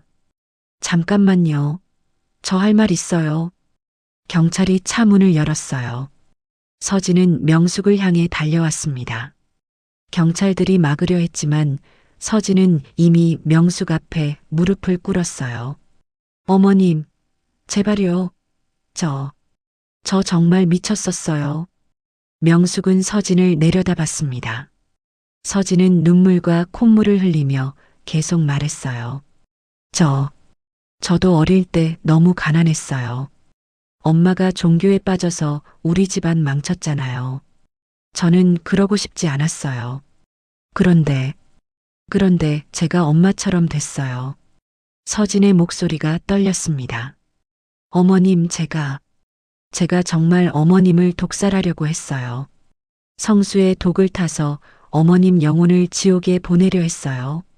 명숙의 허리춤에 있던 파스통 속 녹음기가 서진의 자백을 선명하게 기록하고 있었습니다. 경찰들도 서진의 자백을 듣고 표정이 굳어졌어요. 윤서진 씨, 지금 하신 말씀 자백으로 기록됩니다. 서진은 계속 울며 말했습니다. 저는 괴물이에요. 제 엄마를 도구로 죽일 뻔했어요. 시어머니를 죽이려고 했어요. 저 사람 아니에요. 명숙은 서진을 가만히 바라봤습니다. 연민도 분노도 아닌 담담한 표정이었어요. 서진아, 내가 괴물이 된 건 내 선택이야. 가난이 무섭다고, 교회가 시켰다고, 그게 변명이 될 수 없어. 명숙은 서진의 어깨에 손을 얹었습니다. 내가 죽이려 한 건 나 하나가 아니야. 내 아이들의 할머니, 내 남편의 어머니, 그리고 이 국수집을 40년간 지켜온 한 사람의 인생이야. 서진은 바닥에 엎드려 울었어요. 죄송해요. 정말 죄송해요. 명숙은 서진에게서 손을 떼며 말했습니다. 미안하다는 말은 법정에서 해. 그곳에서 내 죗값을 치러. 경찰이 서진을 일으켜 세웠어요. 서진은 다시 경찰차에 실렸습니다. 명숙은 경찰에게 파스통 속 녹음기를 건넸어요. 이 안에 며느리의 자백이 다 들어있어요. 그리고 강민석과의 대화, 사이비 종교 관련 대화도 전부 녹음돼 있습니다. 경찰은 녹음기를 증거 봉투에 넣으며 말했습니다. 훌륭한 증거입니다. 이 정도면 유죄 확정입니다. 이 영감이 명숙에게 다가왔어요. 명숙 씨, 수고하셨습니다. 이제 끝났습니다. 명숙은 고개를 저었어요. 아니요, 아직 끝나지 않았어요. 법정에서 끝나는 겁니다. 명숙은 휴게소 벤치에 앉아 잠시 숨을 고르었습니다. 가슴이 답답하고 심장이 빠르게 뛰었어요. 이 영감이 물 한 컵을 건넸습니다. 명숙 씨, 괜찮으십니까? 명숙은 물을 한 모금 마시며 말했어요. 괜찮아요. 이제 제 손주들을 지켰어요. 명숙의 눈에 눈물이 맺혔습니다. 30년 만에 처음 흘리는 눈물이었어요. 예린아, 엄마가 해냈어. 내 동생들을 지켰어. 이 영감은 명숙의 어깨를 다독였습니다. 명숙 씨, 당신은 정말 강한 사람입니다. 명숙은 눈물을 닦으며 일어났어요. 이 선생님, 제 남편과 아이들한테 가봐야 해요. 그러세요. 그리고 명숙 씨, 병원 가셔서 검진 받으십시오. 오늘 무리 많이 하셨어요. 명숙은 고개를 끄덕이며 차 쪽으로 걸어갔습니다. 남편과 민준이, 수아가 차 옆에서 기다리고 있었어요. 민준이가 달려와 명숙을 껴안았습니다. 할머니 괜찮아요? 응, 할미 괜찮아. 이제 다 끝났어. 수아도 명숙의 다리를 꼭 껴안았어요. 할머니, 이제 천상에 물 없어요? 명숙은 수아를 안아올리며 말했습니다. 그래, 이제 없어. 할미가 다 없앴어. 남편이 명숙에게 다가왔어요. 여보, 무슨 일이 있었던 거야? 서진이가 왜? 명숙은 남편의 손을 잡았습니다. 여보, 집에 가서 다 설명할게. 지금은 그냥 집에 가고 싶어. 남편은 명숙의 지친 얼굴을 보며 고개를 끄덕였어요. 알았어. 우리 집에 가자. 가족들이 차에 올라탔습니다. 명숙은 뒷자리에 앉아 창밖을 바라봤어요. 2대의 경찰차가 사이렌을 울리며 떠나고 있었습니다. 그 안에 며느리와 강민석이 타고 있었어요. 명숙은 조용히 중얼거렸습니다. 이제 시작이야. 법의 심판을 받아라. 차는 다시 고속도로를 달리기 시작했어요. 하지만 이번엔 단풍놀이가 아니라 집으로 향하는 길이었습니다. 명숙은 손주들을 바라보며 미소 지었어요. 창밖으로 가을 단풍이 아름답게 물들어 있었습니다. 하지만 명숙의 눈에는 그 아름다움보다 손주들의 평화로운 얼굴이 더 소중하게 보였어요. 석 달 후 서울중앙지방법원 대법정. 명숙은 검은색 한복을 단정히 차려입고 증인석에 앉았습니다. 방청석에는 수많은 기자들과 사이비 종교 피해자 가족들이 앉아 있었어요. 피고인석에는 윤서진과 강민석이 나란히 앉아 있었습니다. 두 사람 모두 수척하고 창백한 얼굴이었어요. 재판장이 망치를 두드렸습니다. 지금부터 피고인 윤서진, 강민석에 대한 살인 미수 및 사기, 횡령 사건 공판을 시작하겠습니다. 검사가 일어나 증거물을 제시했어요. 먼저 피해자 김명숙 씨가 제출한 녹음 파일을 재생하겠습니다. 법정에 서진과 강민석의 대화가 울려 퍼졌습니다. 심장병 환자가 급사하면 누구도 의심하지 않아요. 알겠어요, 팀장님. 이번 주 토요일이 시어머니의 마지막 날이 될 겁니다. 방청석에서 탄식 소리가 흘러나왔어요. 서진은 고개를 푹 숙이고 있었습니다. 검사가 말을 이었어요. 이 녹음은 피해자가 파스통 안에 숨긴 녹음기로 석 달간 기록한 것입니다. 총 50시간 분량의 녹음 파일이 제출되었습니다. 재판장이 명숙을 바라봤습니다. 증인, 이 녹음을 왜 시작하셨습니까? 명숙은 차분하게 대답했어요. 한 달 전부터 며느리의 행동이 수상했습니다. 통장에서 거액이 빠져나갔고 며느리가 밤늦게 누군가와 은밀한 통화를 했습니다. 저는 제 손주들을 지키기 위해 증거를 모아야 했습니다. 검사가 다음 증거를 제시했어요. 이것은 피고인 윤서진이 시어머니에게 건넨 생수병에서 검출된 독극물 분석 결과입니다. 대형 화면에 감정 결과가 떴습니다. 시아나칼륨 성분이 치사량의 3배 검출되었습니다. 심장병 환자가 이를 섭취할 경우 10분 내 사망에 이를 수 있습니다. 방청석이 술렁거렸어요. 서진의 변호사가 일어났습니다. 재판장님, 피고인은 자신이 마실 물에 독을 탔다는 사실을 몰랐습니다. 강민석에게 속았을 뿐입니다. 하지만 검사가 즉시 반박했어요. 그렇지 않습니다. 피고인 윤서진은 휴게소에서 시어머니가 독든 물을 마시도록 직접 권유했습니다. 이는 명백한 고의입니다. 검사는 명숙이 외투에 달았던 단축 카메라 영상을 재생했어요. 화면에 서진이 명숙에게 생수병을 건네는 장면이 나왔습니다. 어머님, 이 물 드시고 화장실 가세요. 서진의 얼굴이 클로즈업 되었어요. 눈빛에서 사리가 느껴졌습니다. 방청석에서 한숨소리가 터져 나왔어요. 재판장이 서진을 바라봤습니다. 피고인 할 말 있습니까? 서진은 떨리는 목소리로 말했어요. 죄송합니다. 저는 평화의 빛 교회에 빠져서 정신을 못 차렸습니다. 강민석이 저를 협박했습니다. 5억을 내지 않으면 지옥에 간다고. 재판장이 말을 끊었습니다. 피고인, 그것이 살인을 정당화할 수 있습니까? 서진은 아무 말도 못했어요. 검사가 다시 증거를 제시했습니다. 이것은 피해자의 손자 민준이가 그린 그림일기입니다. 화면에 민준이의 그림이 나타났어요. 엄마가 할머니 음식에 하얀 가루를 넣는 그림, 엄마가 무서운 아저씨와 만나는 그림. 민준이는 석 달간 엄마의 이상한 행동을 그림으로 기록했습니다. 10살 아이의 순수한 증언입니다. 방청석에서 흐느끼는 소리가 들렸어요.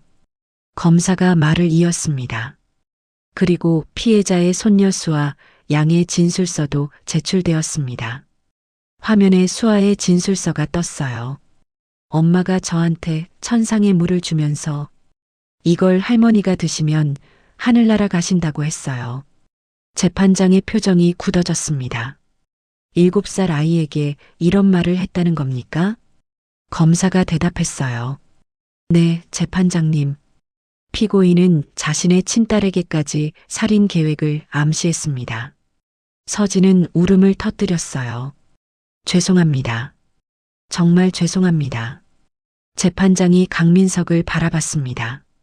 피고인 강민석, 당신은 평화의 빛 교회 재정팀장으로서 신도들로부터 얼마를 횡령했습니까? 강민석은 입을 꾹 다물고 있었어요. 검사가 대신 대답했습니다. 이상철 전 검찰 수사관의 조사 결과 50억 원이 넘습니다.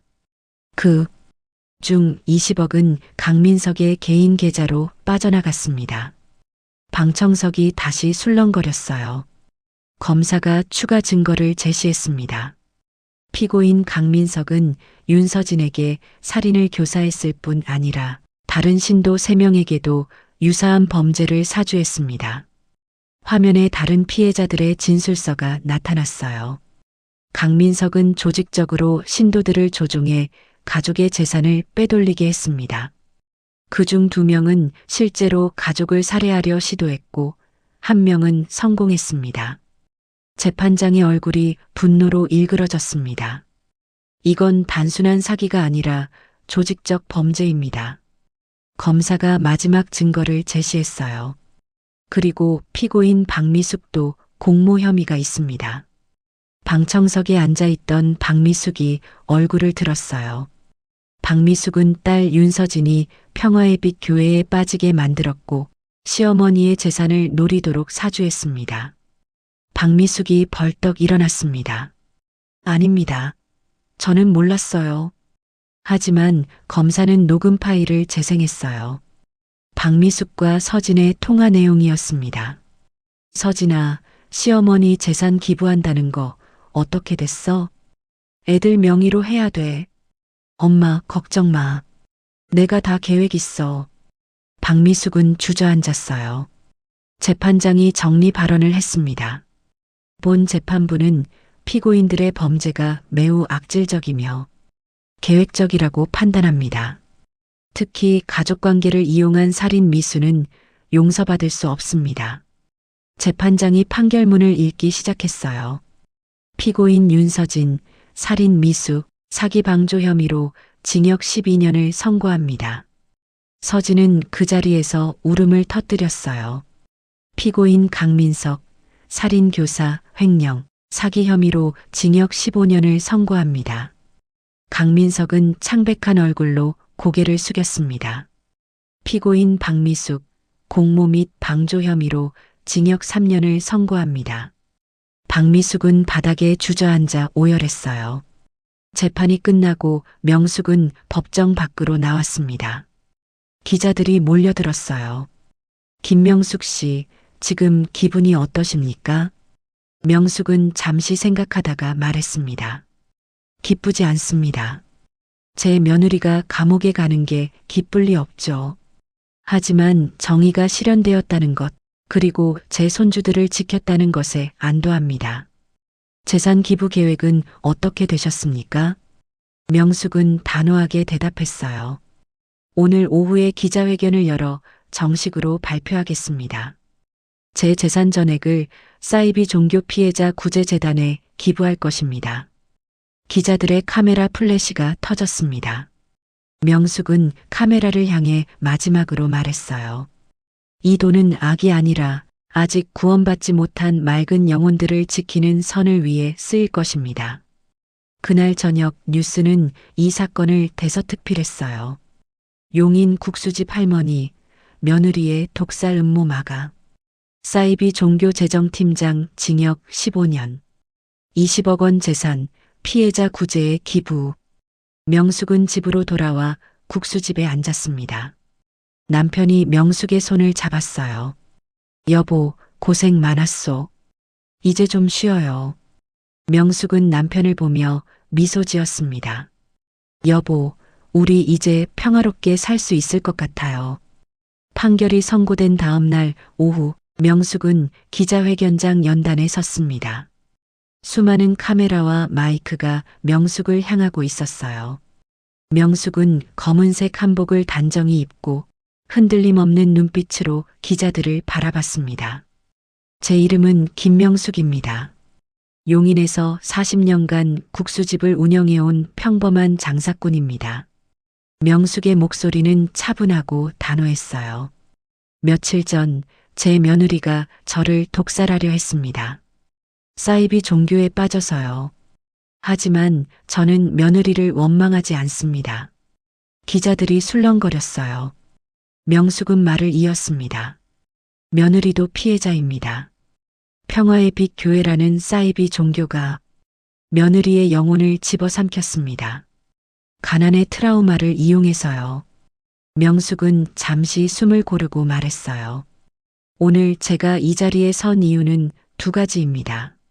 명숙은 첫 번째 손가락을 폈습니다. 첫째, 제 재산 전액 20억 원을 사이비 종교 피해자 구제재단에 기부하겠습니다. 기자들의 카메라 플래시가 터졌어요. 이 돈은 제가 40년간 국수 한 그릇 한 그릇 팔아서 모은 돈입니다. 제 첫 딸 예린이의 이름으로 장학금을 만들려고 모았던 돈이기도 합니다. 명숙의 목소리가 잠시 떨렸어요. 하지만 이제 이 돈을 더 많은 사람을 구하는데 쓰고 싶습니다. 제 며느리처럼 사이비 종교에 빠진 사람들, 그리고 그 가족들을 위해서요. 명숙은 두 번째 손가락을 폈습니다. 둘째, 저는 사이비 종교를 근절하기 위해 증인으로 계속 활동하겠습니다. 제 이야기가 누군가에게 경고가 되길 바랍니다. 명숙은 카메라를 똑바로 바라봤어요. 여러분, 가족을 지키십시오. 돈보다 귀한 건 가족의 맑은 영혼입니다. 종교에 흔들리지 마십시오.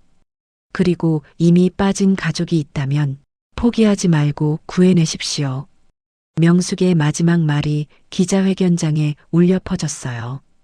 이 돈은 악이 아니라 아직 구원받지 못한 맑은 영혼들을 지키는 선을 위해 쓰일 것입니다. 기자회견장 구석에 한 남자가 서 있었습니다. 박미숙의 남편 박철수였어요. 박철수는 명숙의 선언을 듣고 고개를 숙여 오열했습니다.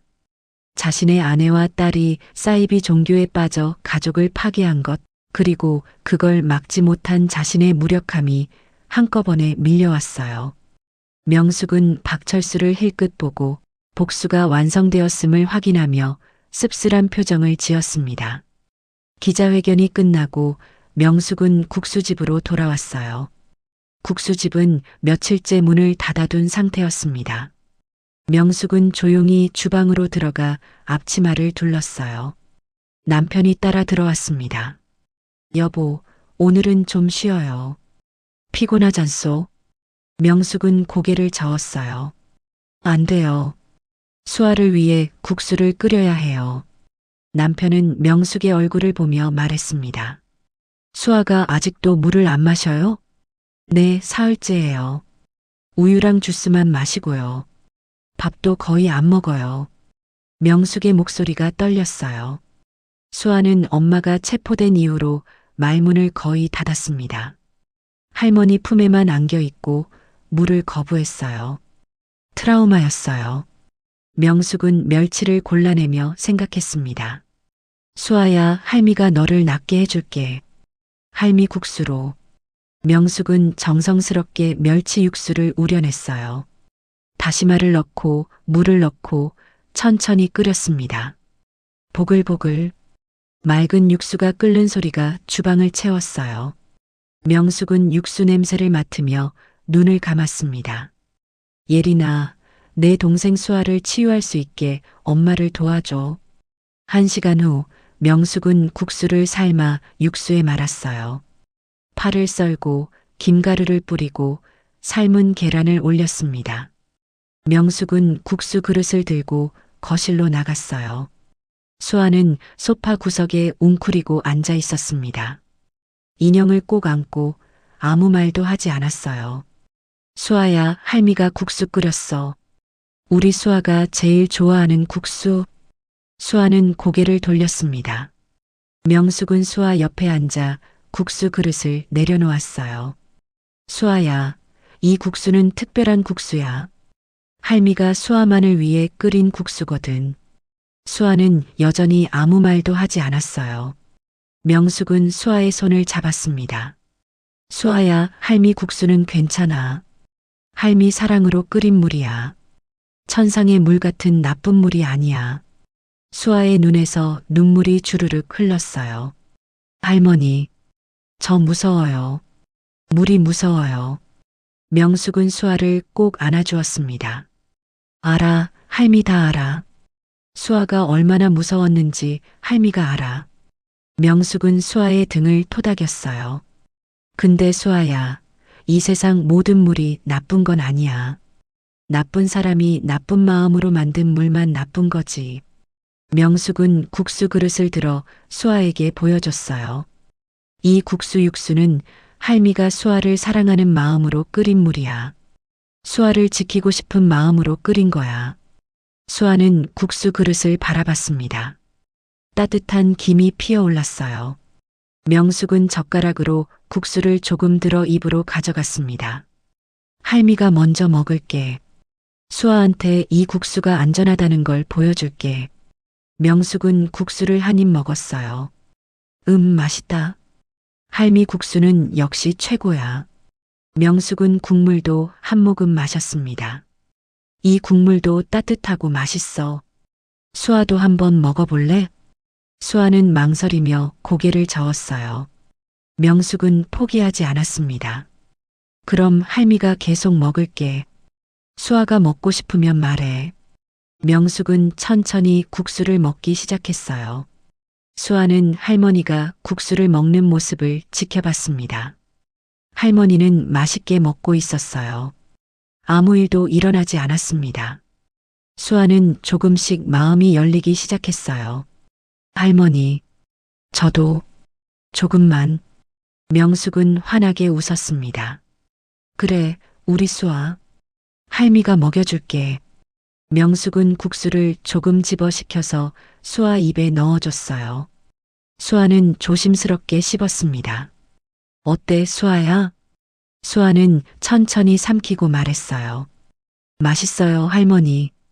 명숙의 눈에 눈물이 맺혔습니다. 그치? 할미 국수는 맛있지?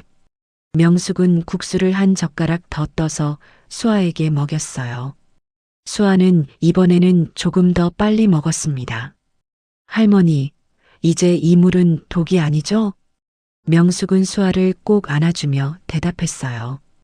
그래, 이 물은 독이 아니야. 할미 사랑이야. 수아는 국수 그릇을 붙잡고 작은 목소리로 말했습니다. 할머니, 이 세상에서 제일 따뜻해요. 명숙은 참았던 눈물을 흘렸어요. 수아가 말문을 되찾는 순간에 감격이었습니다. 민준이가 방에서 나와 동생을 바라봤어요. 수아야, 국수 먹어? 수아는 오빠를 보며 고개를 끄덕였습니다. 응, 오빠. 할머니 국수 정말 맛있어. 민준이도 명숙 옆에 앉았어요. 할머니, 저도 국수 먹고 싶어요. 명숙은 웃으며 말했습니다. 그래, 할미가 민준이 것도 끓여줄게. 잠깐만 기다려. 명숙은 주방으로 가서 민준이와 남편 것까지 국수를 끓였어요. 온 가족이 거실에 모여 앉아 국수를 먹었습니다. 남편이 국수를 한 입 먹고 말했어요. 여보, 오늘 국수가 유난히 맛있구만. 명숙은 미소 지었습니다. 그래요? 오늘은 특별히 정성을 더 들였거든요. 수아는 국수를 다 먹고 국물까지 마셨어요.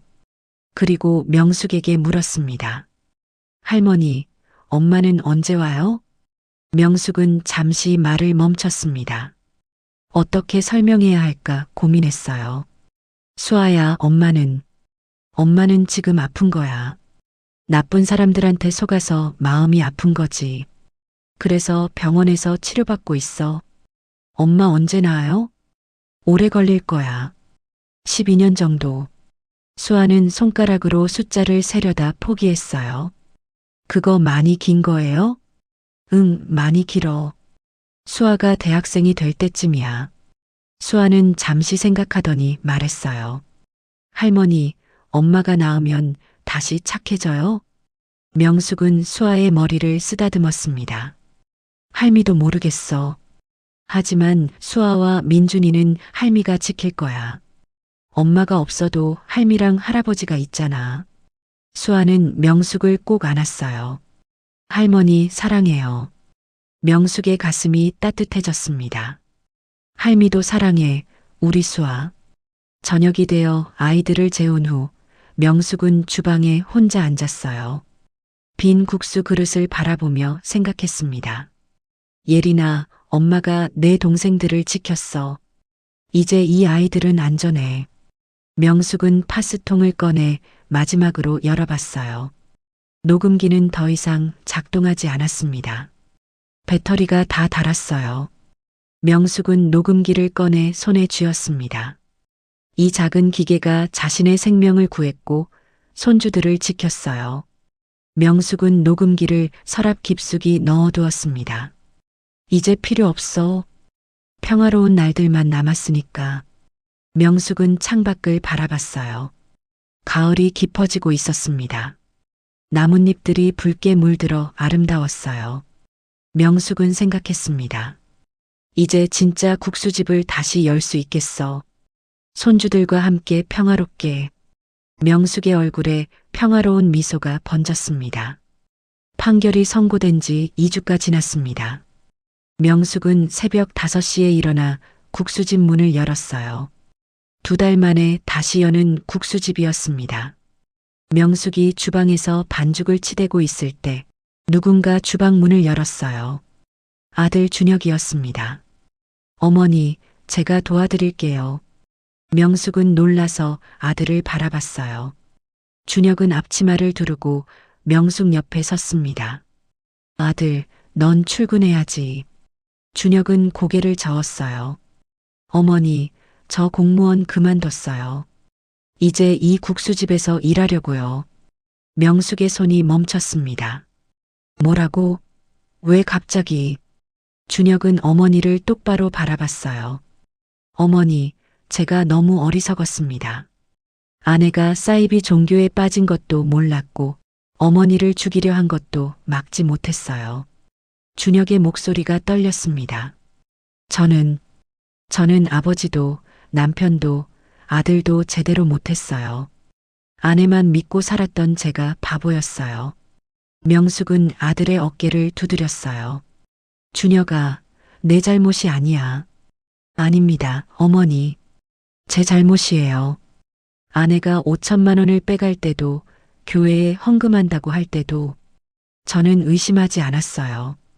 그냥 아내를 믿었어요. 준혁은 눈물을 흘렸습니다. 어머니, 제가 이제라도 제대로 하고 싶어요. 어머니의 국수를 배우고 싶어요. 그리고 아이들을 제대로 키우고 싶어요. 명숙은 아들을 꼭 안아주었어요. 그래, 준혁아. 엄마가 가르쳐 줄게. 이 국수는 내 할머니가 엄마한테 물려준 거야. 이제 내가 배울 차례야. 준혁은 어머니 품에서 한참을 울었습니다. 오전 8시 국수집에 첫 손님이 들어왔어요. 단골 손님 김할머니였습니다. 사장님, 오랜만이에요. 국수집 다시 여셨네요. 명숙은 환하게 웃으며 맞이했습니다. 네, 할머니. 다시 열었어요. 사장님, 뉴스에서 다 봤어요. 고생 많으셨어요. 명숙은 고개를 저었어요. 아닙니다. 이제 다 지나간 일이에요. 준혁이 앞치마를 두르고 주방에서 나왔어요. 어머니, 제가 국수 말아드릴까요? 명숙은 아들을 보며 말했습니다. 그래, 내가 한번 해봐. 준혁은 서툴지만 정성스럽게 국수를 삶아 육수에 말았어요. 파를 썰고 김가루를 뿌리고 계란을 올렸습니다. 어머니, 이렇게 하는 거 맞죠? 명숙은 국수 그릇을 보며 고개를 끄덕였어요. 잘했어, 준혁아. 내가 정성껏 만든 게 보여. 준혁은 국수를 손님에게 내어드렸습니다. 김할머니는 국수를 한 입 먹고 말했어요. 어머, 맛이 똑같네요. 사장님, 아드님이 만드신 거예요? 네, 이제 아들이 함께 일해요. 잘 됐네요. 대를 이어가시는구나. 명숙은 미소 지으며 주방으로 돌아갔습니다. 점심시간이 되자 국수집은 손님들로 붐볐어요. 명숙과 준혁은 쉴 틈 없이 국수를 삶고 말았습니다. 오후 3시 손님들이 다 가고 나서 명숙은 의자에 앉았어요. 예전 같으면 허리가 아파서 파스를 붙여야 했을 텐데 오늘은 괜찮았습니다. 신기하게도 통증이 많이 줄었어요. 남편이 물 한 잔을 건넸습니다. 여보, 수고했소. 오늘 장사 잘 됐네. 명숙은 물을 마시며 남편을 바라봤어요. 여보, 우리 이제 분점 내지 말아요. 남편은 잠시 멈칫하더니 웃었습니다. 분점? 아, 그거. 진작에 포기했소? 나는 이 국수집에서 우리 손주들 웃음만 보면 돼. 남편의 말에 명숙은 가슴이 따뜻해졌어요. 여보, 고마워요. 평생 저랑 함께 해줘서. 나도 고맙소, 여보. 당신이 우리 가족을 지켜줬소. 두 사람은 손을 마주잡고 앉아 있었습니다. 40년을 함께한 부부의 평화로운 순간이었어요. 저녁 5시 수아와 민준이가 학교에서 돌아왔습니다. 할머니, 우리 왔어요. 수아는 이제 예전처럼 밝게 웃었어요. 물도 잘 마시고 밥도 잘 먹었습니다. 수아야, 오늘 학교 어땠어? 좋았어요, 할머니. 선생님이 제 그림 칭찬했어요. 수아는 가방에서 그림을 꺼냈어요. 가족이 함께 국수를 먹는 그림이었습니다. 할머니, 할아버지, 아빠, 오빠, 그리고 수아. 5명이 환하게 웃고 있었어요. 명숙은 그림을 보며 눈시울이 붉어졌습니다. 수아야, 이 그림 정말 예쁘다. 할머니, 엄마는 안 그렸어요. 엄마는 지금 없으니까요. 명숙은 수아를 꼭 안아주었어요. 그래, 수아. 우리 5이 행복하게 살자. 민준이도 가방을 내려놓으며 말했습니다. 할머니, 저 오늘 학교에서 발표했어요. 우리 할머니 이야기요. 무슨 이야기? 할머니가 가족을 지킨 이야기요. 선생님이 할머니가 영웅이래요. 명숙은 민준이의 머리를 쓰다듬었어요. 할미는 영웅이 아니야. 그냥 너희들을 사랑하는 할머니일 뿐이야. 저녁 6시 명숙은 가족을 위해 저녁 국수를 끓였어요. 이번에는 준혁이 육수를 우렸습니다. 어머니, 멸치를 이렇게 골라내는 거 맞죠? 그래, 잘하고 있어. 내장이 있는 멸치는 쓴맛이 나니까 잘 골라내야 해. 준혁은 정성스럽게 멸치를 골라냈어요. 명숙은 아들의 뒷모습을 보며 생각했습니다. 이제 이 아이도 제대로 된 아버지가 되겠구나. 저녁 7시 가족 모두가 식탁에 둘러앉았습니다. 명숙이 만든 국수와 준혁이 우린 육수로 만든 국수가 나란히 놓였어요. 자, 오늘은 준혁이가 만든 국수도 한번 먹어보자. 민준이가 준혁의 국수를 먹어봤어요. 아빠, 맛있어요. 할머니 국수만큼 맛있어요. 준혁은 쑥스럽게 웃었습니다. 그래, 아빠가 열심히 배울게. 수아도 국수를 먹으며 말했어요. 아빠, 앞으로 아빠가 국수 만들어줘요. 그래, 수아. 아빠가 매일 만들어줄게. 가족들이 함께 국수를 먹는 모습을 보며 명숙은 평화를 느꼈어요. 이것이 진짜 행복이구나 하고 생각했습니다. 식사 후 남편이 명숙에게 조용히 물었습니다. 여보, 요즘 허리는 괜찮소? 명숙은 허리를 만져봤어요. 응, 신기하게도 많이 나아졌어. 파스도 거의 안 붙여. 심장은요? 그것도 괜찮아.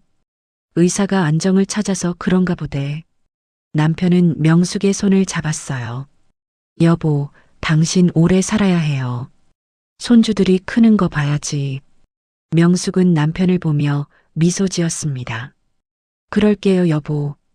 수아 대학 입학식까지는 꼭 봐야지. 그날 밤 아이들을 재우고 명숙은 홀로 주방에 앉았어요. 파스통을 꺼냈습니다. 이제 녹음기는 들어있지 않았어요. 명숙은 창밖을 바라봤어요. 가을밤 하늘에 별이 반짝이고 있었습니다. 예린아, 내가 저 별 중 하나가 됐을까? 엄마는 내가 하늘에서 조카들을 지켜보고 있다고 믿어. 명숙은 손을 모아 기도했습니다. 바람이 불어와 명숙의 머리카락을 스쳤어요. 명숙은 미소 지으며 일어났어요.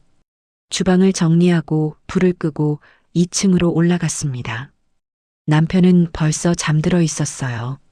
명숙은 남편 옆에 누워 눈을 감았습니다. 오랜만에 평화로운 잠이었어요. 악몽도 걱정도 없는 깊은 잠.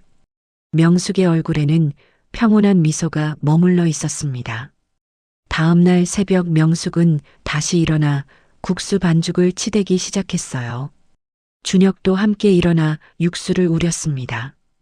부자가 함께 일하는 국수집. 40년 전 시어머니가 며느리였던 명숙에게 물려준 것처럼 이제 명숙은 아들에게 물려주고 있었어요. 준혁아, 이 국수는 그냥 국수가 아니야. 내 어머니, 생명을 살리는 음식이야. 할머니가 엄마한테 그렇게 말씀하셨어.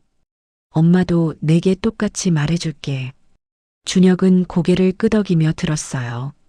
이 국수는 절대 돈으로만 팔면 안 돼. 사람을 살리는 마음으로 끓여야 해. 알겠습니다, 어머니. 제가 꼭 기억하겠습니다.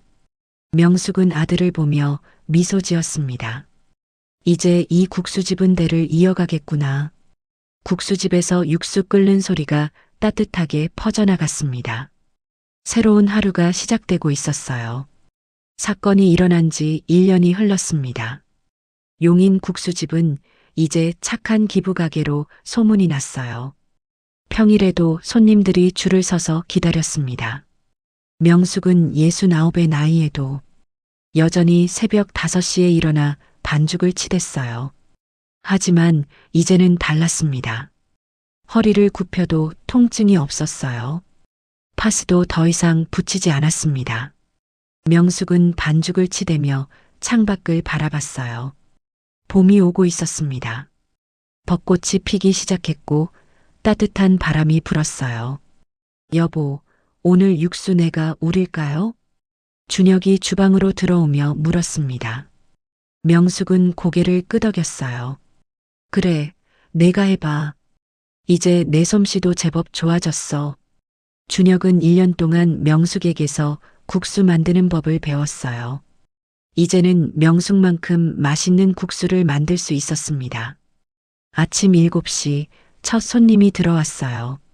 이상철 영감이었습니다. 명숙 씨, 잘 지내셨습니까? 명숙은 환하게 웃으며 맞이했습니다. 이 선생님, 어서 오세요. 오랜만이네요. 한 달에 한 번씩 국수집을 찾아왔습니다. 명숙 씨, 재단 활동은 어떻습니까? 잘 되고 있어요. 지난달에 피해자 가족 5분을 도와드렸어요. 명숙은 사건 이후 예린 장학재단을 설립했어요. 사이비 종교 피해자 가족들을 돕는 재단이었습니다. 12억 원의 재산을 모두 재단에 기부했고 명숙은 이사장이 되었어요. 이 영감도 재단의 고문으로 활동하고 있었습니다. 명숙 씨, 당신은 정말 대단한 분입니다. 아니에요. 저는 그냥 제가 할 수 있는 일을 하는 거예요. 이 영감은 국수를 먹으며 말했어요. 그나저나 평화의 빛 교회는 완전히 문 닫았습니다. 신도들도 다 빠져나갔고요. 다행이네요. 더 이상 피해자가 없겠네요. 네, 강민석은 감옥에서 다른 신도들한테 폭행당했다고 합니다. 본인이 사기친 사람들한테요. 명숙은 아무 말도 하지 않았어요. 윤서진 씨는 어떻습니까? 모범수로 지낸다고 들었어요. 이 영감은 고개를 끄덕였습니다. 그래도 희망이 있네요. 명숙은 창밖을 바라보며 말했어요. 제 며느리도 피해자예요. 언젠가는 정신을 차리겠죠. 점심시간이 되자 국수집은 손님들로 가득 찼습니다. 한 손님이 물었어요. 사장님, 여기가 뉴스에 나온 그 국수집 맞죠? 네, 맞아요. 사장님 정말 대단하세요. 제 딸도 사이비 종교에 빠질 뻔했거든요. 사장님 뉴스 보고 정신 차렸어요. 명숙은 쑥스럽게 웃었습니다. 다행이네요. 가족을 잘 지키세요. 오후 3시 손님들이 다 가고 명숙은 주방을 정리했어요. 구석에 놓인 파스통이 보였습니다. 명숙은 파스통을 집어들고 가만히 바라봤어요. 1년 전 이 작은 통 안에 숨긴 녹음기가 자신과 가족을 구했습니다. 명숙은 파스통을 열었어요. 안에는 녹음기가 들어있지 않았습니다. 그냥 파스만 가득 들어있었어요. 명숙은 파스 한 장을 꺼내 만져봤습니다. 이제는 정말 파스만 필요해. 비밀을 숨길 필요도 증거를 모을 필요도 없어. 명숙은 파스통을 다시 닫으며 중얼거렸어요. 예린아, 엄마가 해냈어. 내 동생들이 행복하게 살고 있어. 저녁 5시 수아와 민준이가 학교에서 돌아왔습니다. 할머니, 우리 왔어요. 수아는 이제 초등학교 1학년이 되었어요. 명숙의 마지막 소원이었던 수아의 입학식을 3달 전에 무사히 치렀습니다. 그날 명숙은 수아의 손을 잡고 학교에 갔고 입학식장에서 조용히 눈물을 흘렸어요. 이제 나는 죽어도 여한이 없어. 하지만 명숙은 죽지 않았습니다. 오히려 건강해졌어요. 심장도 안정되고 허리도 좋아졌습니다. 의사는 스트레스가 사라져서 그런 것 같다고 말했어요. 할머니, 오늘 숙제 검사해 주세요. 수아는 가방에서 공책을 꺼냈어요. 그림 숙제였습니다. 선생님이 봄 풍경 그리래요. 수아가 그린 그림에는 벚꽃나무 아래 국수집이 있었어요. 그리고 할머니, 할아버지, 아빠, 오빠, 수아가 환하게 웃고 있었습니다. 수아야, 정말 예쁘게 그렸네. 할머니, 저 이제 물도 안 무서워요. 그래, 우리 수아 대견해. 민준이도 자신의 숙제를 보여줬어요. 할머니, 저 장문 숙제했어요. 내가 존경하는 사람이요. 명숙은 민준이의 공책을 펼쳤습니다. 내가 존경하는 사람은 우리 할머니입니다. 할머니는 나쁜 사람으로부터 우리 가족을 지켜주셨습니다. 할머니는 영웅입니다. 명숙의 눈시울이 붉어졌어요. 민준아, 할미는 영웅이 아니야. 아니에요, 할머니. 할머니는 우리 영웅이에요. 저녁 6시 가족이 모두 모여 저녁을 먹었습니다. 오늘은 준혁이 만든 국수였어요. 자, 오늘은 아빠가 만든 국수예요. 맛있게 드세요. 남편이 한 입 먹고 말했습니다. 준혁이 솜씨가 이제 엄마만큼 좋아졌네. 준혁은 쑥스럽게 웃었어요. 아버지, 아직 멀었어요. 어머니한테 더 배워야죠. 가족들이 함께 국수를 먹는 모습을 보며 명숙은 평화를 느꼈습니다. 저녁 식사 후 명숙은 홀로 주방에 앉았어요. 내일 장사 준비를 하면서 생각에 잠겼습니다. 1년 전 자신은 독살 위기에 처했었어요. 며느리가 준 물에는 치사량 3배의 독이 들어 있었습니다. 하지만 명숙은 살아남았고 오히려 가족을 지켰어요. 돈보다 귀한 건 종교에 흔들리지 않는 맑은 영혼이었어. 명숙은 혼잣말처럼 중얼거렸어요.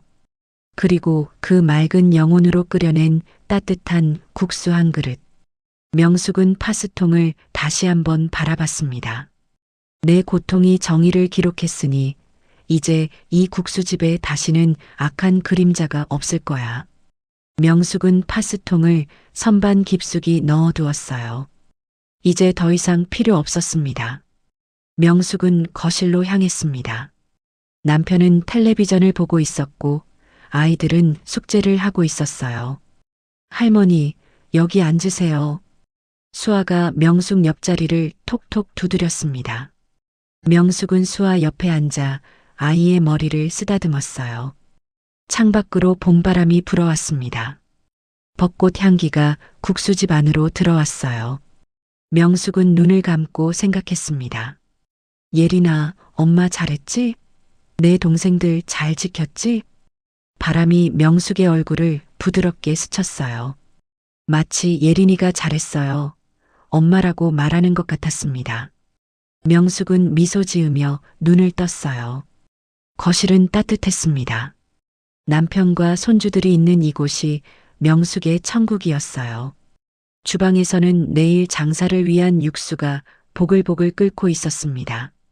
멸치와 다시마의 구수한 향이 국수집을 가득 채웠어요. 40년간 지켜온 이 냄새, 생명을 살리는 국수의 냄새. 명숙은 남편의 손을 잡았습니다. 여보, 우리 오래 살아요. 손주들 대학 갈 때까지. 남편은 명숙의 손을 꼭 잡으며 웃었어요.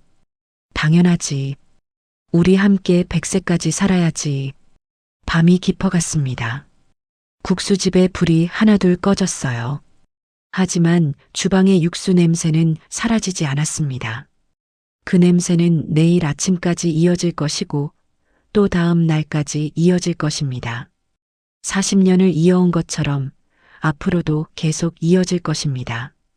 명숙의 국수집은 이제 단순한 장사가 아니었어요. 악을 이긴 선의 상징이었고 가족의 사랑이 담긴 공간이었습니다. 그리고 무엇보다 맑은 영혼을 지키는 곳이었어요. 명숙은 마지막으로 주방을 돌아보며 조용히 말했습니다. 고맙다, 이 국수집아. 우리 가족을 지켜줘서. 명숙은 불을 끄고 2층으로 올라갔어요. 내일 또 새벽 5시에 일어나 반죽을 치댈 것입니다. 손주들을 위해, 손님들을 위해, 그리고 예린이를 위해. 용인 국수집의 하루는 그렇게 끝나고 또 시작될 것입니다. 오늘 이야기는 여기까지입니다. 끝까지 함께 해주신 분이 계시다면 잘 들었다고 댓글 하나만 남겨주세요. 그리고 이야기가 가슴에 남으셨다면 가족과 친구, 지인들에게 널리 공유해주세요. 누군가의 인생이 당신의 이야기일지도 모릅니다. 구독, 좋아요는 다음 이야기를 이어가는 큰 힘이 됩니다. 시청해주셔서 감사합니다.